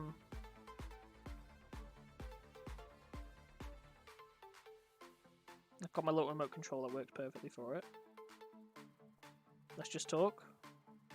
Mark the Man of Many Faces with Power Ranger Daleks. There we go. That's all you need to That sounds like Wales. Yeah, probably. Or as I and a few other people like to call it, hand egg. Using the HTPC system. Like, my cat's decided to settle on my bed. And there's my cat. Oh, bless. In the video. I was just looking over because I could hear his bell going. I was like, does he need to go out? Great little Mitchie. That's why I kept looking like that. So that's two systems in one thing, and now we're going to go work on system 3. It's drinking a sport now. So, there's the Man of Many Faces. God's sake. There's Mark's cheeky face. It's going to be a whole stream of this now, isn't it? That's brilliant. Oh my god, I'm so happy. You have no idea. Yeah, so let's go back to PC mode. And what I've been doing in the meantime, which is why all this looks a bit weird. Let's just close all this. Yes, I know you don't understand it because it's not for you, it's for a Linux-based operating system. We've been flashing drive with Raspbian.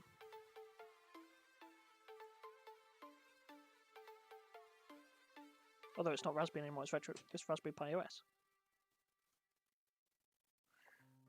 So this is the desktop environment for Raspberry Pi. So that's this now. So what I'm going to do is, to avoid confusion, I'm going to put this straight into here. And I'm going to have to fucking label this thing or something like... Okay. So then we got... This is the Raspberry Pi OS one. So I've not got many plans for the Raspberry Pi OS. It's just, I thought if I could have a desktop that I could use if I wanted to. Also want to see how fast it is compared to the Raspberry Pi 3B. Let's unplug these. We're not going to be using the remote control. We're going to be using the keyboard, obviously. Let's plug the keyboard in. I mean, I'll probably, when I move out, just leave the keyboard in, leave the remote control in, and leave the Xbox 360 controller in. But there it is.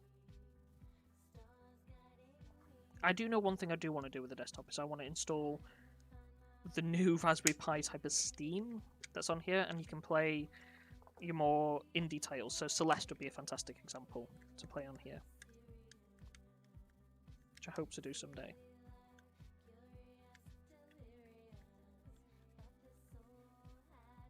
Oh, I can't believe how well this is working so far. Oh my god. 2 systems down, 1 to go, and I'm going to spend all day just downloading emulators for this thing. I can't wait. Hi Carnita, sorry. I'm in so much joy at the moment that this is all working as it should. So, we're going to go to Elgato View. I'm going to turn this on to run its first boot of Raspberry Pi OS. Now this is the one that I know is going to work the easiest. But I also wanted to show you guys how Raspberry Pi OS works and how it operates and stuff. And I also want to see how fast it is. I've not had a Raspberry Pi OS on Raspberry Pi 4. I've not tried it. And I can't wait to try it. So, well, there we go. It's setting up. I can't believe I've got... Just look at this. By swapping SD cards, I have RetroPie. I have an Android system to run a HTPC. And I've got the Raspberry Pi OS itself. It's nice to hear you're working out, Kanata. I am far too lazy for that stuff. You know, I've got 3 systems that are going to live on what is essentially my living room PC. That I can switch interchangeably to if I want to do something different from them. Like I said, what I'm thinking of doing with... There we go, the Raspberry Pi desktop, and it just works. It's great. That started up really fast compared to the Raspberry Pi 3B. Jesus. Use the English language. Yes. Next. British English, it even says. Didn't have that before. I know it didn't. And I can't wait until they're talking about an update. I don't know if they've released it yet. I have to want a password. This does show a black border around the desktop. Yeah, I want to try and install Steam on here. The new sort of Steam... I might have to... Do you know what? I'm going to try it now, today. See if we can get some retro games working on here. BT Hub 5C5CH, yes. Cool, you can't see the characters, so I'm just going to hide this quickly, just for a little bit more of anonymity. Connect up to my Wi-Fi. But the thing is, it remembers all the settings and everything between just swapping between SD cards. So I have these systems now just ready to go. At any point, I can just swap between them. Oh, I'm so happy. So happy it works so well. Operating system applications need to be checked and updated if necessary. I'm going to press skip for now. And we're going to do this through the command line interface. Because it's how I prefer to do it, because then I can see what things are happening properly. So apt get... I'm going to start with the update, even though technically we should start with the upgrade. -y. So that's how you update. You do a general update. This looks at the software that's already installed in your computer. Nothing apparently. Automatically updates it, and the -y confirms the updates as it goes along. So now we're going to upgrade it, which is going to upgrade the whole system itself.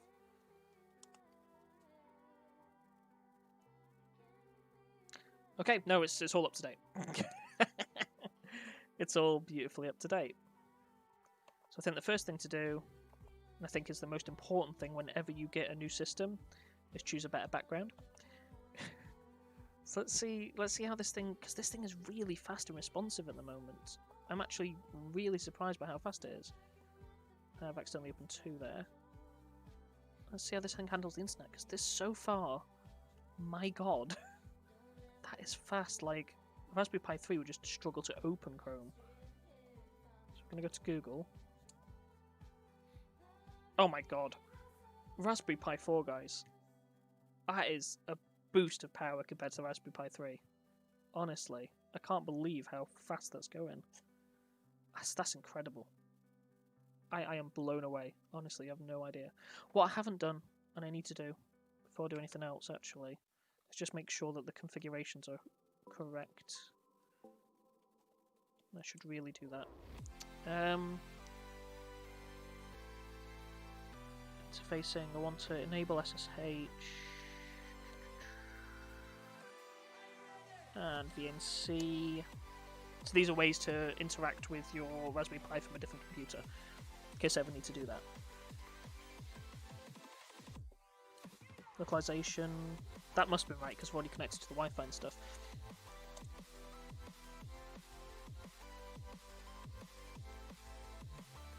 I don't want to show the splash screen a bit now because it will load faster with a simple text interface. Okay, so that's all fine, that's all set up. Jesus. I accidentally opened that. The only issue I've got so far is this background actually. So let's go to the settings quickly. It's the fact that I've got these black borders all the way around. I don't want that, I want a nice full screen experience. Surely.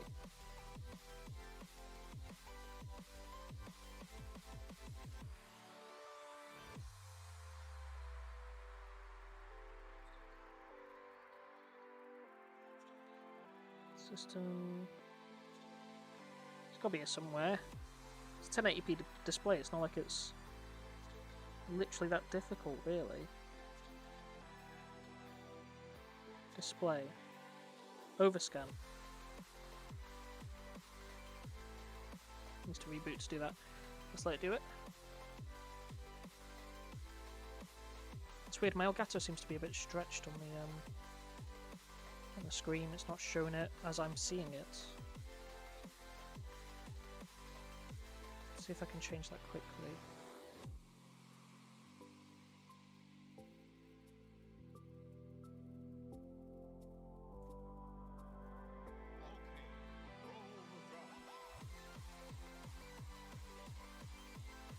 There we go.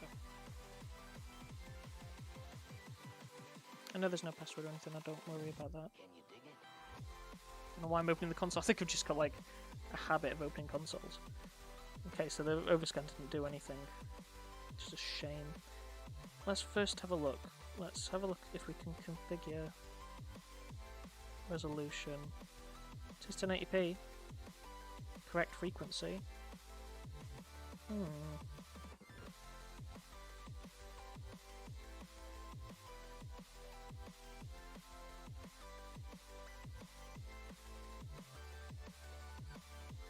Hostname.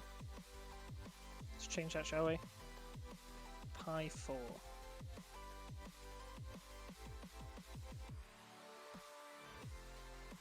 No need to reboot. Just wanted to change it.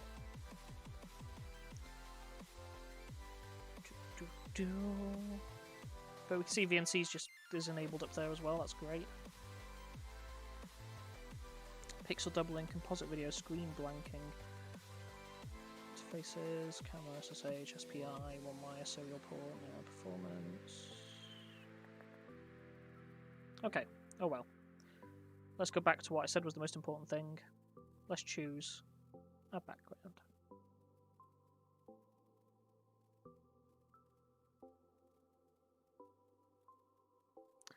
And as you know, I like EVs. DuckDuckGo and EV.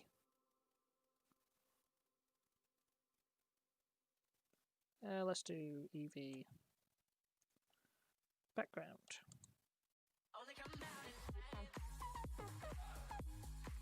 That's a QE one. I like that, that's QE.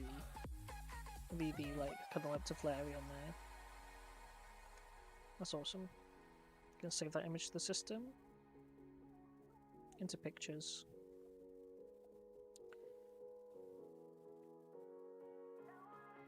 call it?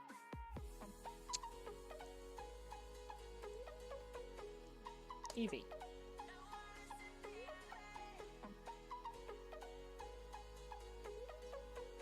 Go to our preferences.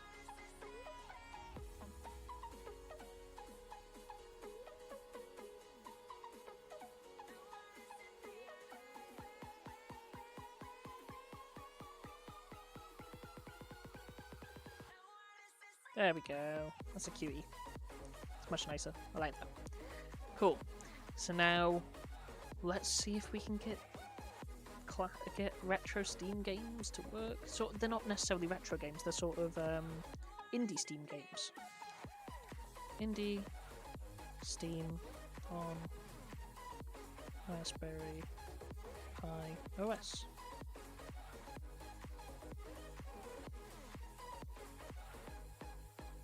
So let's see here. Yes, you can run some Steam games on the Raspberry Pi. Box86, an open source emulation layer that lets x86 Linux programs, games run on non-x86 Linux, like the Raspberry Pi OS, because there's an RAM processor rather than an 86 processor. Uses native versions of some games of the system libraries to cut overhead and provide impressive. Okay.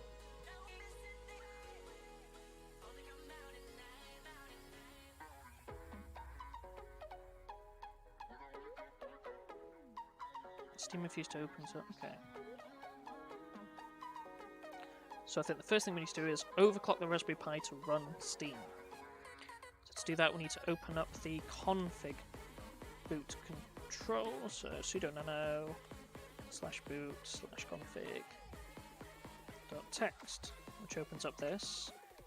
And then towards the end of the file, there is a commented line for ARM frequency.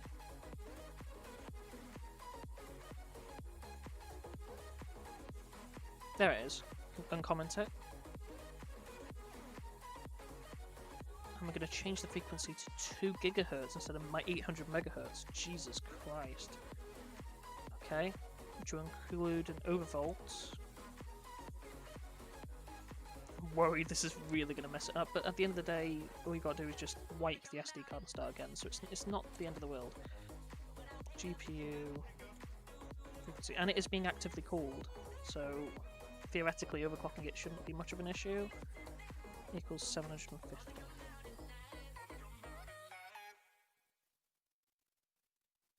Megahertz. So for Pi 4 boards I own can reach these values with no problem. Okay, well that's underneath that value, so I'm going to stick to it.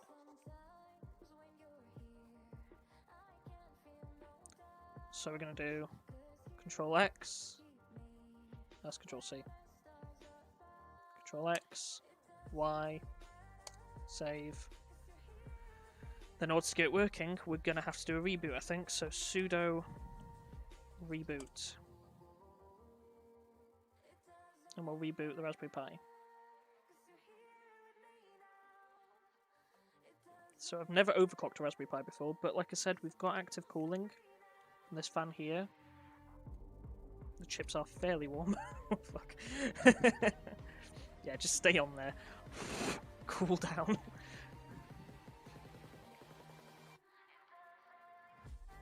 But it seems stable. That warning's about SSH, it's nothing to do with what we've been doing in terms of overclocking, so it seems stable. Should now be running at 2 gigahertz.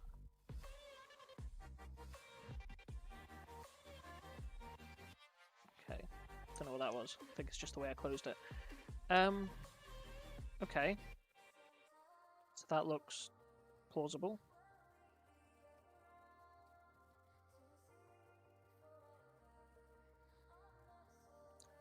So now let's compile Box86 for Raspberry Pi. So we need to install the repository first. So the repository is what it checks to find everything, essentially. Yeah, it's what it checks to find things to install. So we're now installing the repository, which is build essential cmake. Also doing an update while we're doing it, and just confirming everything as it goes along. We know the update's fine. So we're just installing the new build. Build Essential CMake.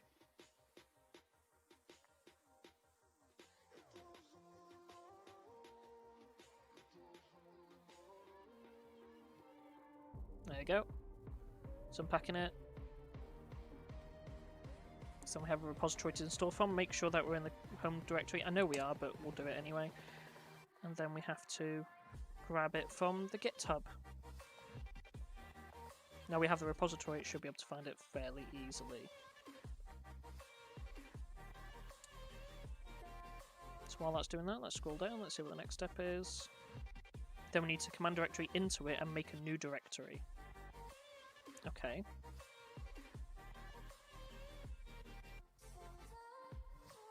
Command directory, box86. That moves us to the box86 directory. Then we need to make a new, very strange looking directory that I do not know what half of that means.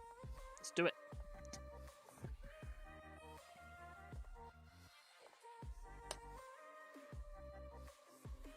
Let's doing it. Oh, I see. So that's moving all the documentation and information into that new directory that we just built and making sure the directory is ready for what we're going to build into it. Then we're installing what's built inside there. Okay, that makes sense. Cool, that's going to take a while. So after we do sudo make install, go to the Steam download site from a browser running on the Raspberry Pi. You should get a link to the Debian deb file installable for Steam.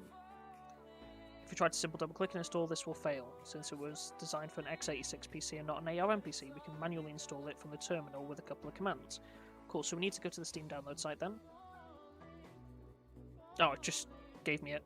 I can't argue. So this is the Linux version of Steam. However, as we know, this isn't an ARM processor. This is an ARM processor, not an x86 processor. For those people who aren't sure what an x86 processor is and a 64-bit processor and stuff, inside your computer is most likely a 64-bit processor. But if we have a look at this, do you know what? This is a nice thing to show. Let's just make sure we're showing the x86 installation as well on there.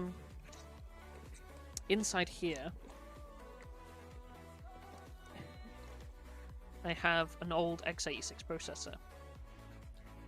Actually, no, this technically could be a 64-bit one. It is a 64-bit one, but it's from the x86 generation as such. It was one of the first 64-bit processors ever made. So this is an AMD Athlon 64. So what Linux is looking for is something similar to this, either x86 or 64-bit, because it will be able to run on both. x86 systems can run on 64-bit. That there is a AMD Athlon 64 with every single one of its pins in the back there. It's a very old processor, but this thing has been in the museums because of how pioneering the technology was when it was released. And I love it. I love that I've got one of these. Yeah, the AMD Athlon 64 processor. It's special. I've put it in a Ryzen 7 box, so it really doesn't match where it is. Where's the plastic case gone? It's fallen somewhere. There it is. So we don't damage it, because I might want to use it again at some point, just to build a retro PC or something. Even though I've got my little Windows 2000 laptop. Go. But yeah, so Steam will be looking for something like this for an x86 compliant processor. All that means is that Steam, although it's completely up to date and runs perfectly on 64-bit systems, it just wants to look for the older processors and the older systems because it works on it. So it is looking for an x86 compliant processor, which you would have in your computer. You're probably watching this on if you're watching it on a computer, or your phone. Your phone doesn't, sorry. Or your laptop. Computer or your laptop is going to have an x86 compliant processor or a 64-bit processor. Your phone, be it whatever it is, like this, uses an ARM processor, which by chance is the same thing that the Raspberry Pi runs on. Now we can kind of just about see the processor inside the Raspberry Pi at the moment. The ARM processor. If we look inside, you can see I've got multiple of these little heat sinks, and underneath that heatsink there, I need to keep this on because I've just realised I've overclocked this, haven't I? So I need to keep it cool. But inside that is the processor. And the special thing about ARM processors is they run very cold, are low powered, and can fit into most devices, no matter how thin and small they are. They're very small processors. I mean, you saw that processor from before. Not going to get it fully out again. It's in there, you know, trying to fit that inside here. Yeah, you could probably just about fit, but only in, like, width, not height. Like, this phone is thinner than that processor. It becomes a problem, and then you have to cool it as well. So ARM processors are built for being small, powerful enough, but they're fairly low powered and they stay kind of cold, so when you're using your phone and doing whatever you want to do on your phone, it works perfectly fine with a small, adaptable processor. Which is why it's perfect for a Raspberry Pi. Because it can punch a lot of power for how small of a system this is. If that makes sense. So, what we're doing at the moment is we're installing something called Box86, which is an emulation layer, which is not the same as an emulator. An emulator always requires a more powerful system, usually twice as powerful of a system, than the original system. So, yes, computers these days could easily emulate something like an Xbox 360, and even some could run Xbox One emulation on it. That is fully possible. But Steam, that's a bit difficult because obviously Steam games are going to be working with the more recent hardware. But at the same time, there are retro Steam games. I mean, let's you know, while this is downloading, let's look at the idea of retro Steam games. Because I talk a lot of shit.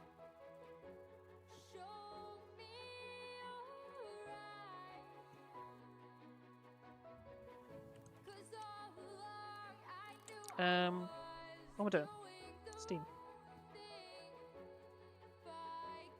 So obviously we've got Steam here, we've got loads of games, but then we could look at something like, I don't know, To the Moon. Which is honest to God one of my favourite games of all time. It made me cry, it made me laugh, it is so heartwarming and oh, such a game. I'm just crying thinking about it. Like, but if we look at To the Moon,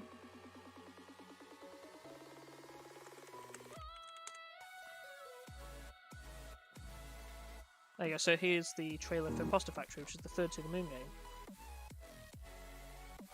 We can see the graphics aren't the most powerful. They're indie games. They're retro-style indie games. And there's loads of games like this. Even games, really famous, popular games like FTL isn't a retro-style indie game. Which means, theoretically, we could run these games on something like this. But if we were to emulate it, they're still looking for more up-to-date systems. They're still looking for 64-bit or x86 architecture. So we need to emulate. But for full emulation, that's still going to slow these sort of games down. But the difference is, Box86 runs an emulation layer, which only changes some of the code to make it compatible, rather than emulating the entire thing. Which means that it doesn't need that much power. Which is crazy. It's absolutely unbelievable, and I can't believe how easy it would work. We just need to wait for this compiler to finish compiling the Box86 into it. I don't know why the song stopped halfway through then, that was weird. Had a message from Kage saying that Sage is being nerfed to the ground.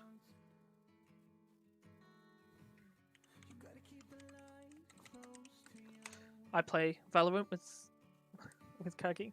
There we go. Look, there we go. Hey, my waffling did help. I was running out of topics as well. Help to fill the void. So we're going to install this build that we've put in here now. Sudo make install. Done. So the Box 86 emulation layer is installed on the system. Now we need to install Steam.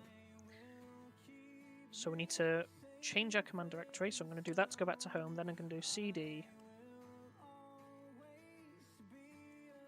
That just basically means go to the home and stuff.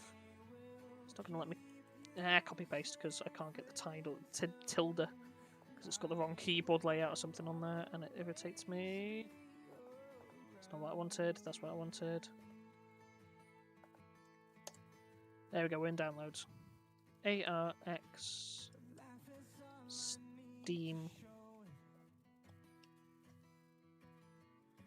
So we need to extract the contents of the package with the AR command. I guess that's what that did. It should leave a tar.xc file. If we extract this to the root, it should copy all the files to the correct locations. Let's do that then. Sudo tar xvf data.tar.xz-c. I guess it's done that. I don't know what I'm looking at. Like, some of this is guesswork. I've got an idea of how this stuff works, but Steam options should now be added to games. Fuck off. It couldn't have been that easy and that quick. Well, would you look at that? Reboot the Pi, and once booted, click on the new link to Steam. The Steam icon should now be on your desktop. Okay. Sudo reboot. That's crazy how quick that worked. Also, just for the people who are watching, if anybody is watching. Wow, hacker. Hi, Shortex. How you doing? Sorry, I wasn't paying attention to the chat for a minute then. No, I'm just installing Steam onto a Raspberry Pi, which is a weird concept, isn't it? Raspberry Pi with Steam? What? Yeah, shut up. I don't care about SSH at the moment. This is weird. Add that to the desktop. Okay, well that doesn't look great. We're going to load this up again to have a look at how we do it, as it says, just to make sure I'm not doing anything wrong along the way. Yeah, we're trying to put Steam on a Raspberry Pi, which is weird because it's an ARM processor, but I don't know. With the emulation layer, it might be possible. Okay. As I hinted before, this process is still a bit finicky. Sometimes when you click the Steam icon, nothing happens. Sometimes it takes a while to start up. In the best cases, it should show an error similar to this one in the image due to the fact that there are some x86 libraries that are not present on the Pi. Let's see what happens with in my case.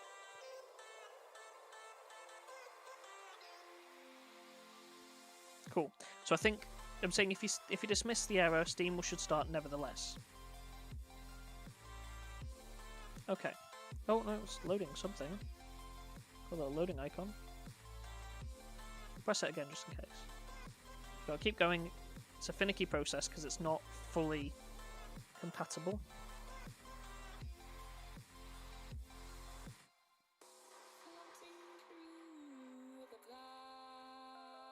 Then we have to change it to small mode. And then we should be able to install games. So we know Shovel Knight works. Papers, Please. I've got Papers, Please. We'll test Papers, Please, shall we? If we can get Steam to load. Oh, hello.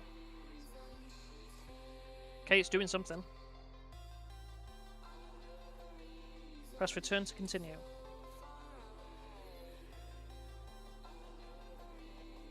It's definitely doing something. It's doing a lot of things. Oh my god.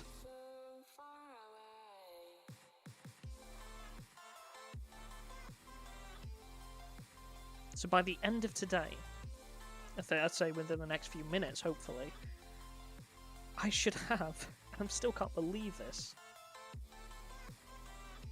Oh, there's the error. I'm gonna press OK. And there we go. It's downloading Steam. That's incredible. So by the end of today, in the next few minutes, hopefully, because I want to get some food and stuff, we should have on this microSD card a HTPC, which we do. It's running Android. So we've got an Android tablet operating system running on a Raspberry Pi for a home theater PC. We have on this microSD card a retro emulation station, RetroPie as it's known as, which we know works now. Just need to put some more ROMs in there so I have a larger selection of games. And currently on here we have the Raspberry Pi operating system with Steam running classic games. Wow. So basically this is a retro gaming box. It's still a gaming box in terms of the fact of Steam Link, and I think I can get Steam Link running just off the operating system, so I might get that as well. Because I'll have my main computer upstairs in my office, this down in the living room, and then hopefully I can Steam Link things, but Steam Link doesn't always work that well, so to have the ability to have a retro Steam library to play my retro game set downs, I mean, I'd love to play things like Cthulhu Saves the World. Just sat on my sofa, playing something as stupid as Cthulhu Saves the World would be awesome, and this is looking very possible. Can't believe how possible it's looking now. And we've overclocked this to 2 GHz on a quad-core ARM processor, which is unfucking heard of. I can feel the heat coming from it though, like... It's hot, but that fan is doing a hell of a good job. And it's still really quiet. It's a bit louder once I go... I mean, if I brought the microphone closer, you can hear how loud it is. But from a distance, you can't hear it at all. And if you're playing a game or something over it, you're not really going to be paying attention to it because the audio is going to be coming through. It's really not that loud. That's crazy.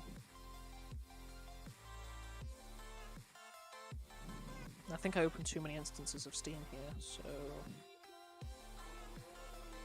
to kind of try and close down these.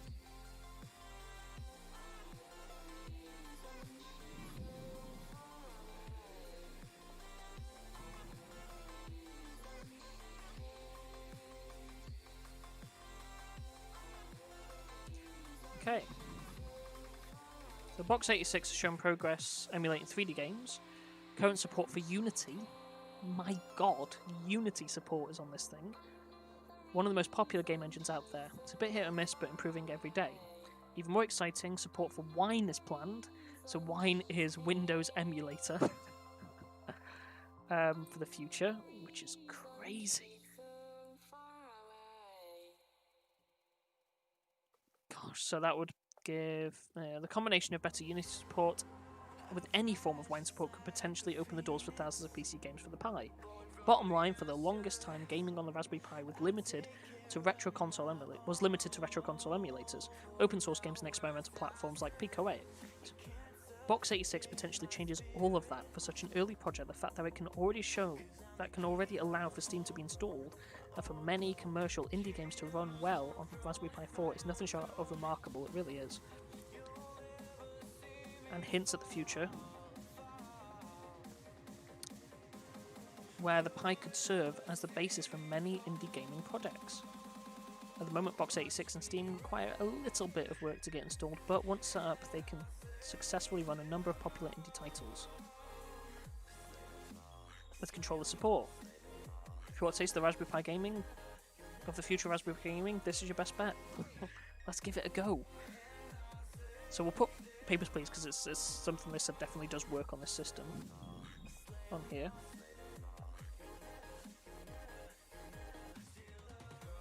And there's our Steam logo. That's crazy. Just press OK and it runs anyway. So we're still updating Steam and getting it all ready, and then I'm going to have to sign into Steam, obviously. With my old, crappy username. Ugh. Cringy. Still have to use my old username to log in. It's a shame.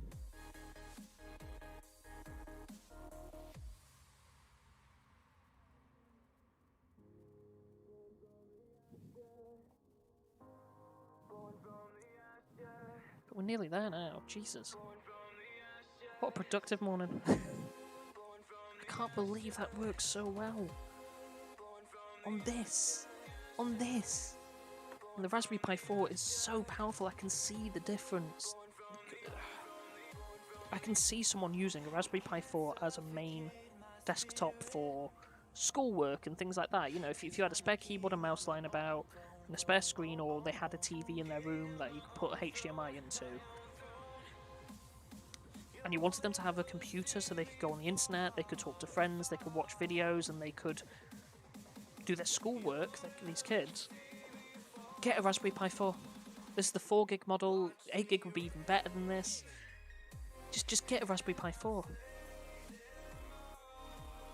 It's perfectly fine for them. It's not going to run anything really powerful. But it's less than £100. It's cheap and it works. And I can do so many things with it, and it would teach them so much about coding if they wanted to get into it. Oh, wow, there we go, oh my god! Log into an existing account, my horrible old username. And then my password again, just hiding the keyboard for a bit. I think I put that in wrong. I think it's without that bit. I have like different variations of the same password, it doesn't help. Then of course it's going to need my Steam Guard code. So that currently is WDY5.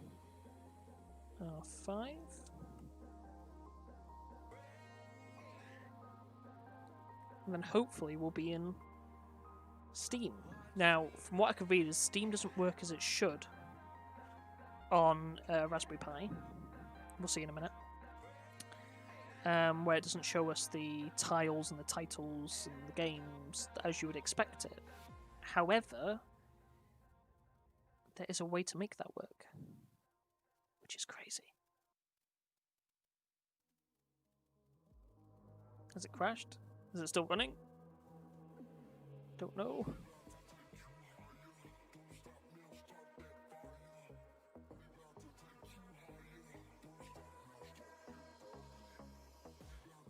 Oh, just having a look at things while I was waiting for this to see if it will actually do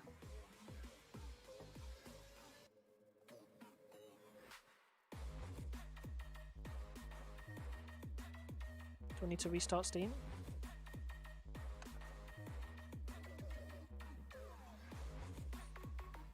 I said there's still some issues with it and it running properly, but once it's running, it's running. So that's what we need to do.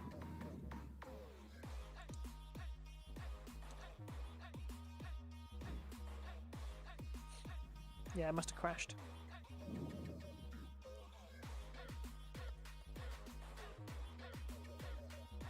Ooh, here we go again.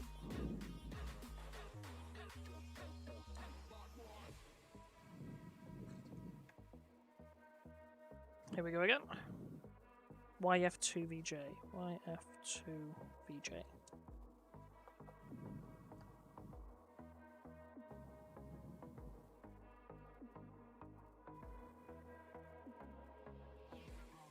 So hopefully that starts soon. So close, I can taste it, and it's just... ah. Let's see what recommended software did come with this thing anyway. So we've got... oh my god, we've got loads of stuff. Education Smart Simulator, we've got Writer... there we go, like I said, you know, your kids could easily do their schoolwork and stuff. And LibreOffice is just a cheap, free version of Microsoft Office. So LibreOffice Impress is PowerPoint. LibreOffice Calc is Excel. Base is Access, and Writer is Word. Internet, we have Steam on the internet thing as well. Got me in web browser so you can access the internet. Cause Mail, I guess, is the email client. Then you've got VLC Media Player to play sound and video. Image Viewer. Games, it comes with games. It comes with Minecraft Pi, for fuck's sakes. Played Minecraft on this thing? Oh my god. And it's free?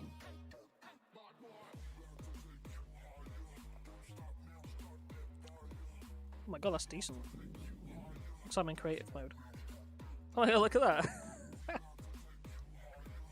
I mean, it's obviously scaled down to some degree.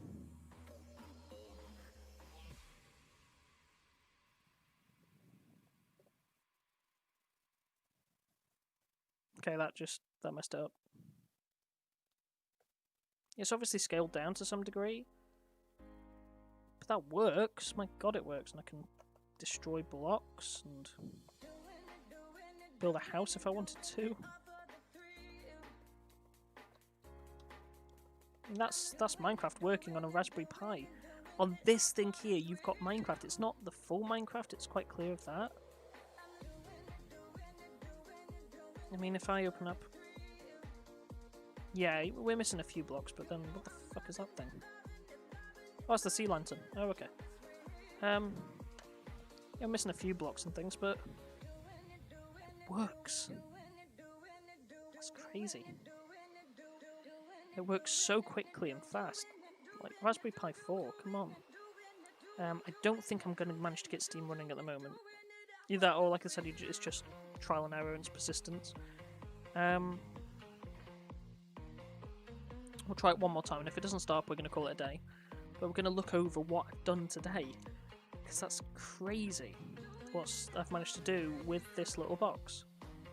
And also, perhaps look at overclocking the RetroPie, because the overclock seems to be working so well on here, it really does.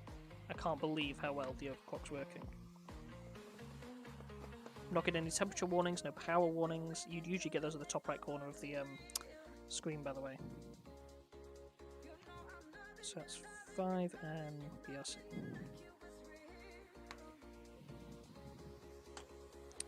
So up where the Wi-Fi, Bluetooth, volume, up at this top right corner up here,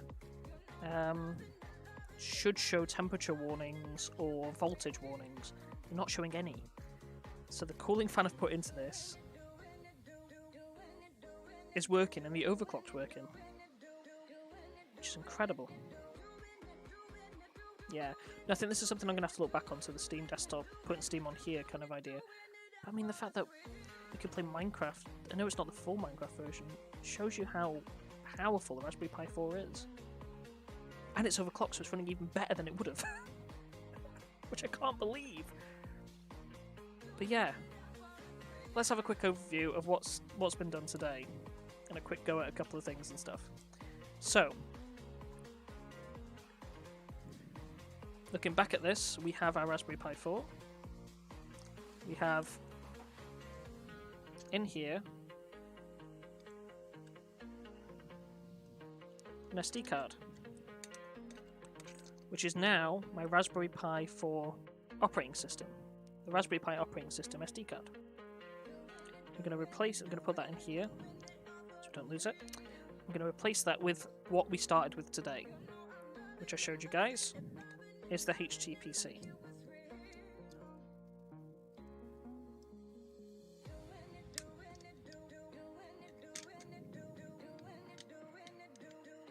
The fact is, I can chop and change this as much as I like when I move out and just put in what I fancy using at the time. Obviously, I think this is what it's going to be in most of the time, is the HTPC, so we're going to put this in and just keep this in here. So that's the remote control, this thing for it. Let's plug the cables back in.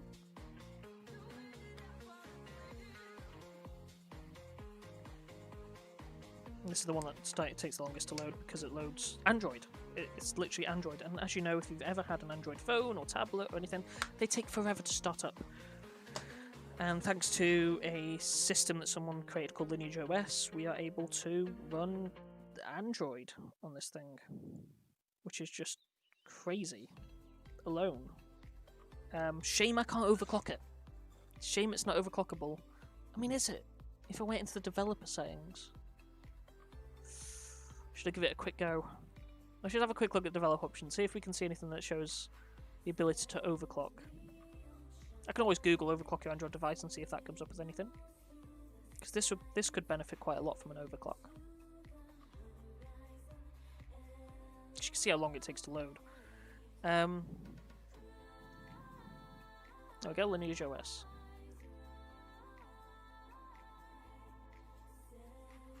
It says tablet is starting because it thinks it's a tablet. So there we go, we have the HTPC, which was the main purpose of this thing existing in the first place. Let's have a quick look at the settings, see if in the developer options, if it's possible.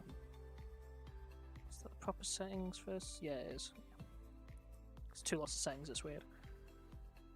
The other settings is to do with the launcher. So basically it's an Android tablet, but I've put a HTPC kind of launcher on it to make it a bit easier and nicer to use as a TV. But if we go down to... is that about? Build number. Yeah, I've already enabled developer settings. Of course I have. It's me, for God's sakes. Must be in system, I'd imagine.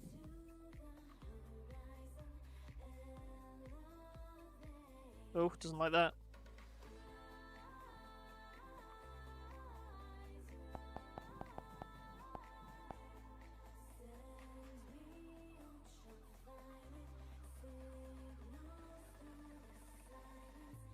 Oh, it's because I accidentally opened Google. System. Advanced.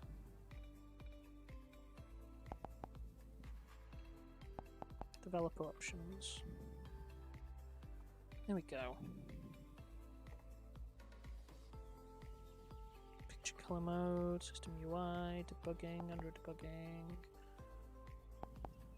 If you ever want to start developer mode on your phone or tablet, by the way, all you got to do is go to the build number and click it about 7 times, and then it just it adds this whole menu. Bluetooth, no. Input, no. Drawing, no. I mean, yeah, you can change things like these animations. I've turned them off so that things load faster. Force use of GPU for 2D drawing, no. GPU's shit anyway. Really is. It's a CPU we want to try and... No, I don't think I can overclock it, which is a shame.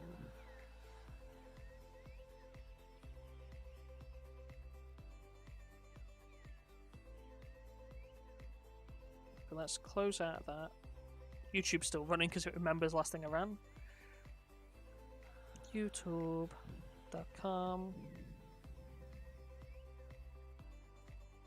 Go to my subscriptions.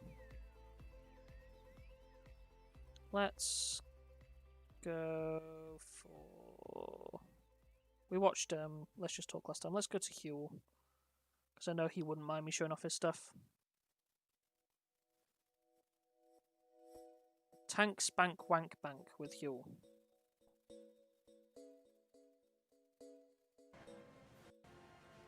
Did he not play for Exploit Gamecaster when he had this?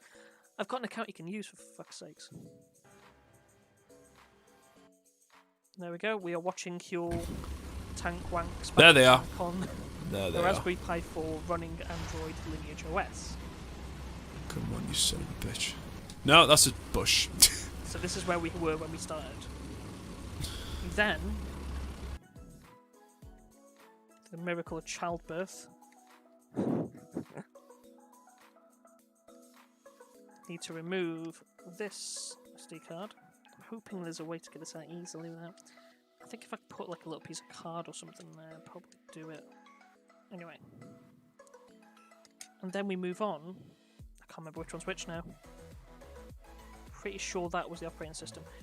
Then we move on to this, which is now RetroPie, which has the ability of playing retro games, including Grand Theft Auto of all things. Game Boy Advance Grand Theft Auto, but still, Grand Theft Auto. Classic Grand Theft Auto, the one from the top down, which I used to love, by the way.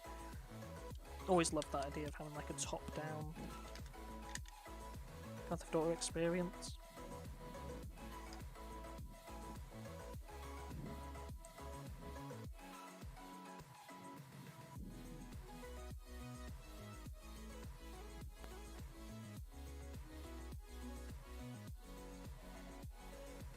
There we go, it's starting it up.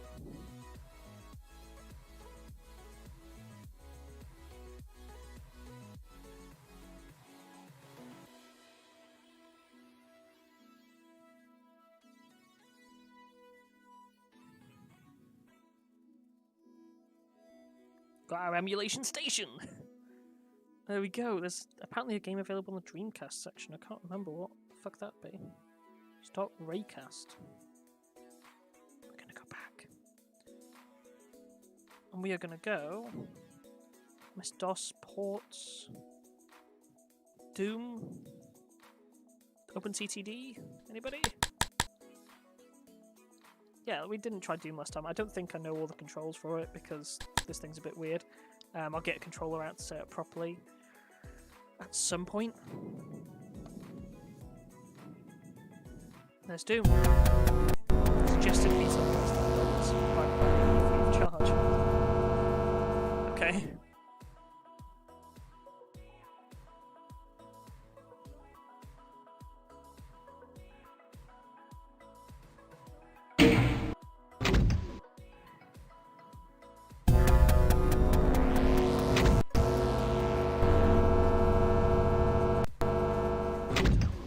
Doing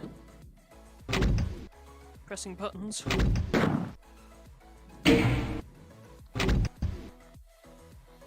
So I don't know the controls. Oh, new game.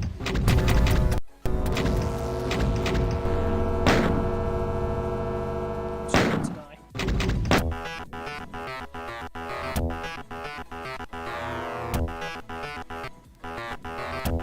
Find out what the shoot button is. One of these. Okay. That'll change. Oh, it's working for the keyboard. Oh my god. Yes.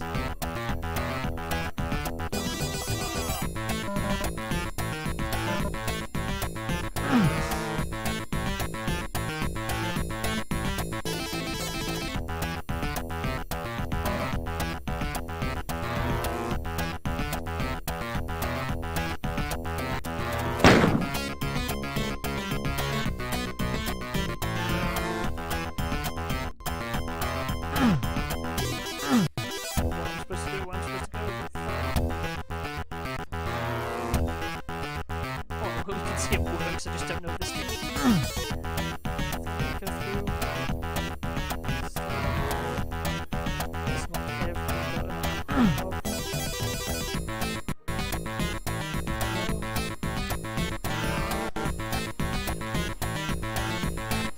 Yeah, I mean, it's just not doing anything. This is still if I can't figure out what to do. Quick enough running, just using the same method as before.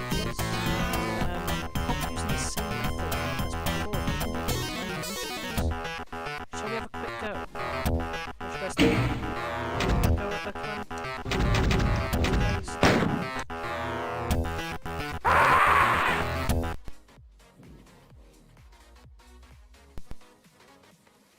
Let's have a quick go. Pew pew, hey Nightingale. Yeah, I've managed to get it working on a Raspberry Pi. This thing is running Doom, as well as emulators and stuff. I've got to do it properly. Set up all my emulation stuff. Oh, thank you for the ice cream, dude. It's been the first time I've had anything on D-Live in ages. First time I've been on D-Live in ages. Yeah,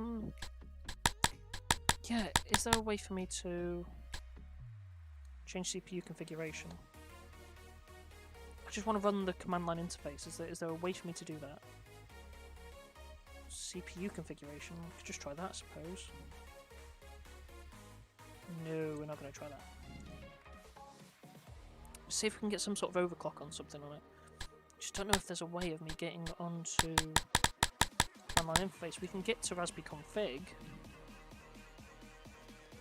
which is arguably part of the command line interface. It does have an overclock option. Be overclocked with that tool. Yeah, no, I thought so. Oh wait, no, I remember someone said, isn't it F4? Hello! Command line interface. Right, let's get back onto the PC. If we go back to PC mode, if we can find that guide we found earlier, unfortunately on the Raspberry Pi desktop, Steam Raspberry Pi 4. was on here, wasn't it? And that had the overclocking options. Hello there. Overvoltage 6, ARM frequency 2000, GPU frequency 750. So we just need to go to sudo nano boot config. So I'm going to use the stream a bit, I'm afraid, just so I can have that open while I'm doing this. So sudo nano. I tend to be amazed by smart people. I'm not that smart, I'm just done a lot of this before. So we're just going to try and work out this overclock. Seeing as the overclock works so well with the Raspberry Pi desktop, there's no reason why it wouldn't work here. That didn't bring up anything that I wanted. Let's try that again. Sudo nano /boot /config.txt. There we go.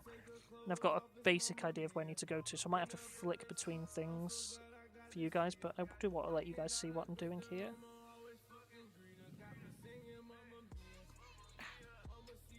There we go. So now we need to find the overclocking options, which are here, ARM frequency. Remove that, which means it enables it. Then I need to remember the numbers and stuff to it. So we're going over_voltage 6. Do you know what? Make things easier. Camera.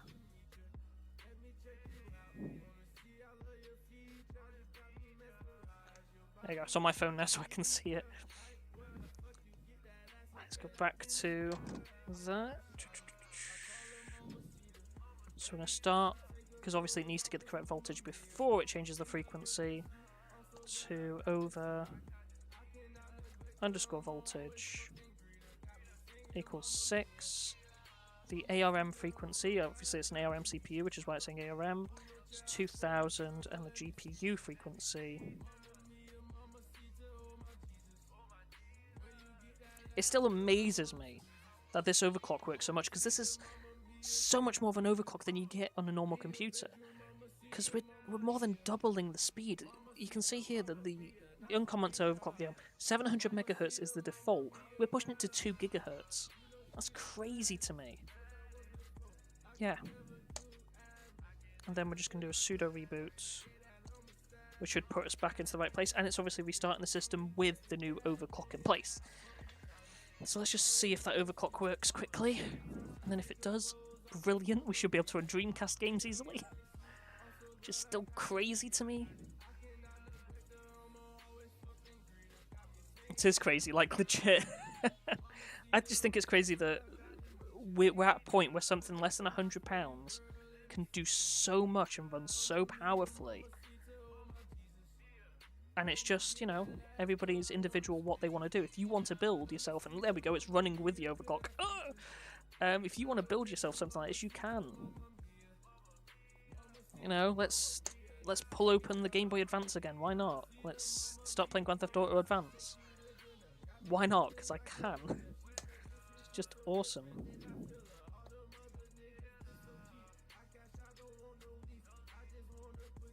Shouldn't have pressed anything then. Should have just let it launch. There we go. It's there. Oh, I can't believe how amazing this thing works. Okay, press start.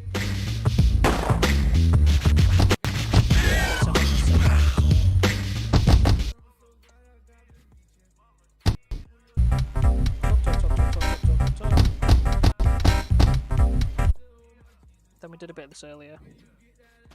I mean, also, look at these 3D graphics. I know it's a 2D layer and they're just printing 2D picture upon 2D picture. I still think it's incredible. The fact, you know, 2001 or something would this be? They could run on a Game Boy Advance.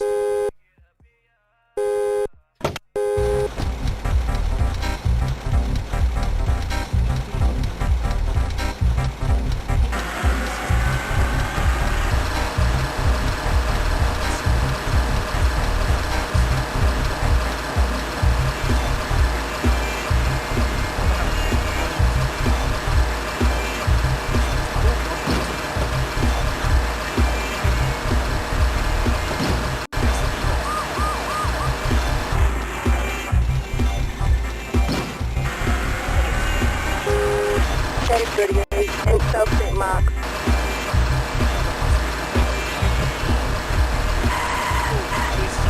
Respond to extreme compact and exit mark. Head to extreme compact and set exit mark.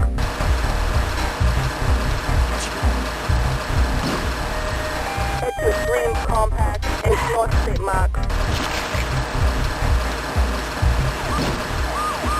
Respond to extreme compact and sub-8 forward. We got extreme compact and 8 forward.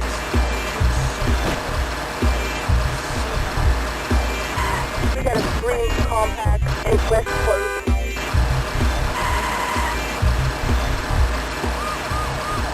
1038 and westward. The Raspberry Pi operating system on here. I think altogether, that has been a very successful stream. You baffled. This game, you baffled. That is how Grand Theft Auto used to look before it was 3D. that was Grand Theft Auto on Game Boy Advance. Believe it or not, the Game Boy Advance was powerful enough to run Grand Theft Auto. I think it was incredible. I'm gonna spend all day downloading ROMs now. I can't wait. But yeah. I have 3 beautiful systems, all running off this one thing, and all I've got to do is swap SD cards to the one thing I want, and I love it, and I'm in love right now, and I'm so happy, I'm nearly crying. Doesn't also help that the hormones I'm taking don't make me feel more emotional, but still. I can't believe that this has been so successful. I really didn't have much hope for it when I started this today. Wow. So yeah, so now we have RetroPie running overclocked. I just want to point that one out, it's overclocked with the new double data rate system, I think, because the speed improvement, there's no way they haven't increased the double data rate system that they said they were going to, patched into here. We have got a Raspberry Pi operating system, which, okay, sure, we haven't quite got there yet with the Steam, but I'm going to carry on working with Steam, maybe give you guys updates if you're interested. Possibly running Steam indie games on it. This is all going to be accessible from my living room couch. It's going to be great. And the HTPC I started with. All on one Raspberry Pi system. Which is crazy. It's beautiful, and I'm so happy. I'm so happy with how everything's worked out today. Oh my god. It's given my whole Raspberry Pi a whole new lease of life. I'm going to spend all day now downloading ROMs for this thing, using this horrible contraption to put it on there. Yeah. It's been awesome. And thank you guys for watching. I've had a few watches. I didn't expect much because it's very techie talk and stuff. Nightingale, thank you. Squid, thank you. The person who joined earlier, can't remember what his name was now. We had to see if I scroll up quickly. Paluga, thank you very much. You're happy, I'm happy. I am so happy, you wouldn't believe. Like, I can't believe this worked as well as it did. Even the fact that I started streaming. Oh, and thank you for the ice cream, Nightingale. Even the fact that I started streaming, I thought, do you know what? I just want to do a different kind of stream. Not many people do tech streams, so let's do a tech stream. Gosh, thank you for the multiple ice creams. Thank you. Yeah. Thank you guys for watching as well. I will be carrying on with this. If anybody wants any updates, feel free to DM me in Discord, and I will let you know how things go along, if I can get Steam working on it, but I think I'm going to move away from Steam at the moment, because I'm a bit stumped. And just concentrate on downloading some ROMs for this thing. Maybe do like a stream when it's all up and running with all the ROMs that I want, and any updates I put to the HTPC. I'm going to see if I can find a way to overclock Android for this. And obviously try to get Steam running. But yeah, like I said, if you guys ever wanted to do any projects, I can put you in the right direction. Get a Raspberry Pi 4, preferably the new 8GB version. This is the 4GB version. It's a shame that I didn't know the 8GB was coming out. But get a Raspberry Pi 4, it's so powerful. I didn't understand how powerful this little device is compared to the 3B. But thank you guys for watching my stream today. I'm in a very happy place. Thanks, guys. See ya.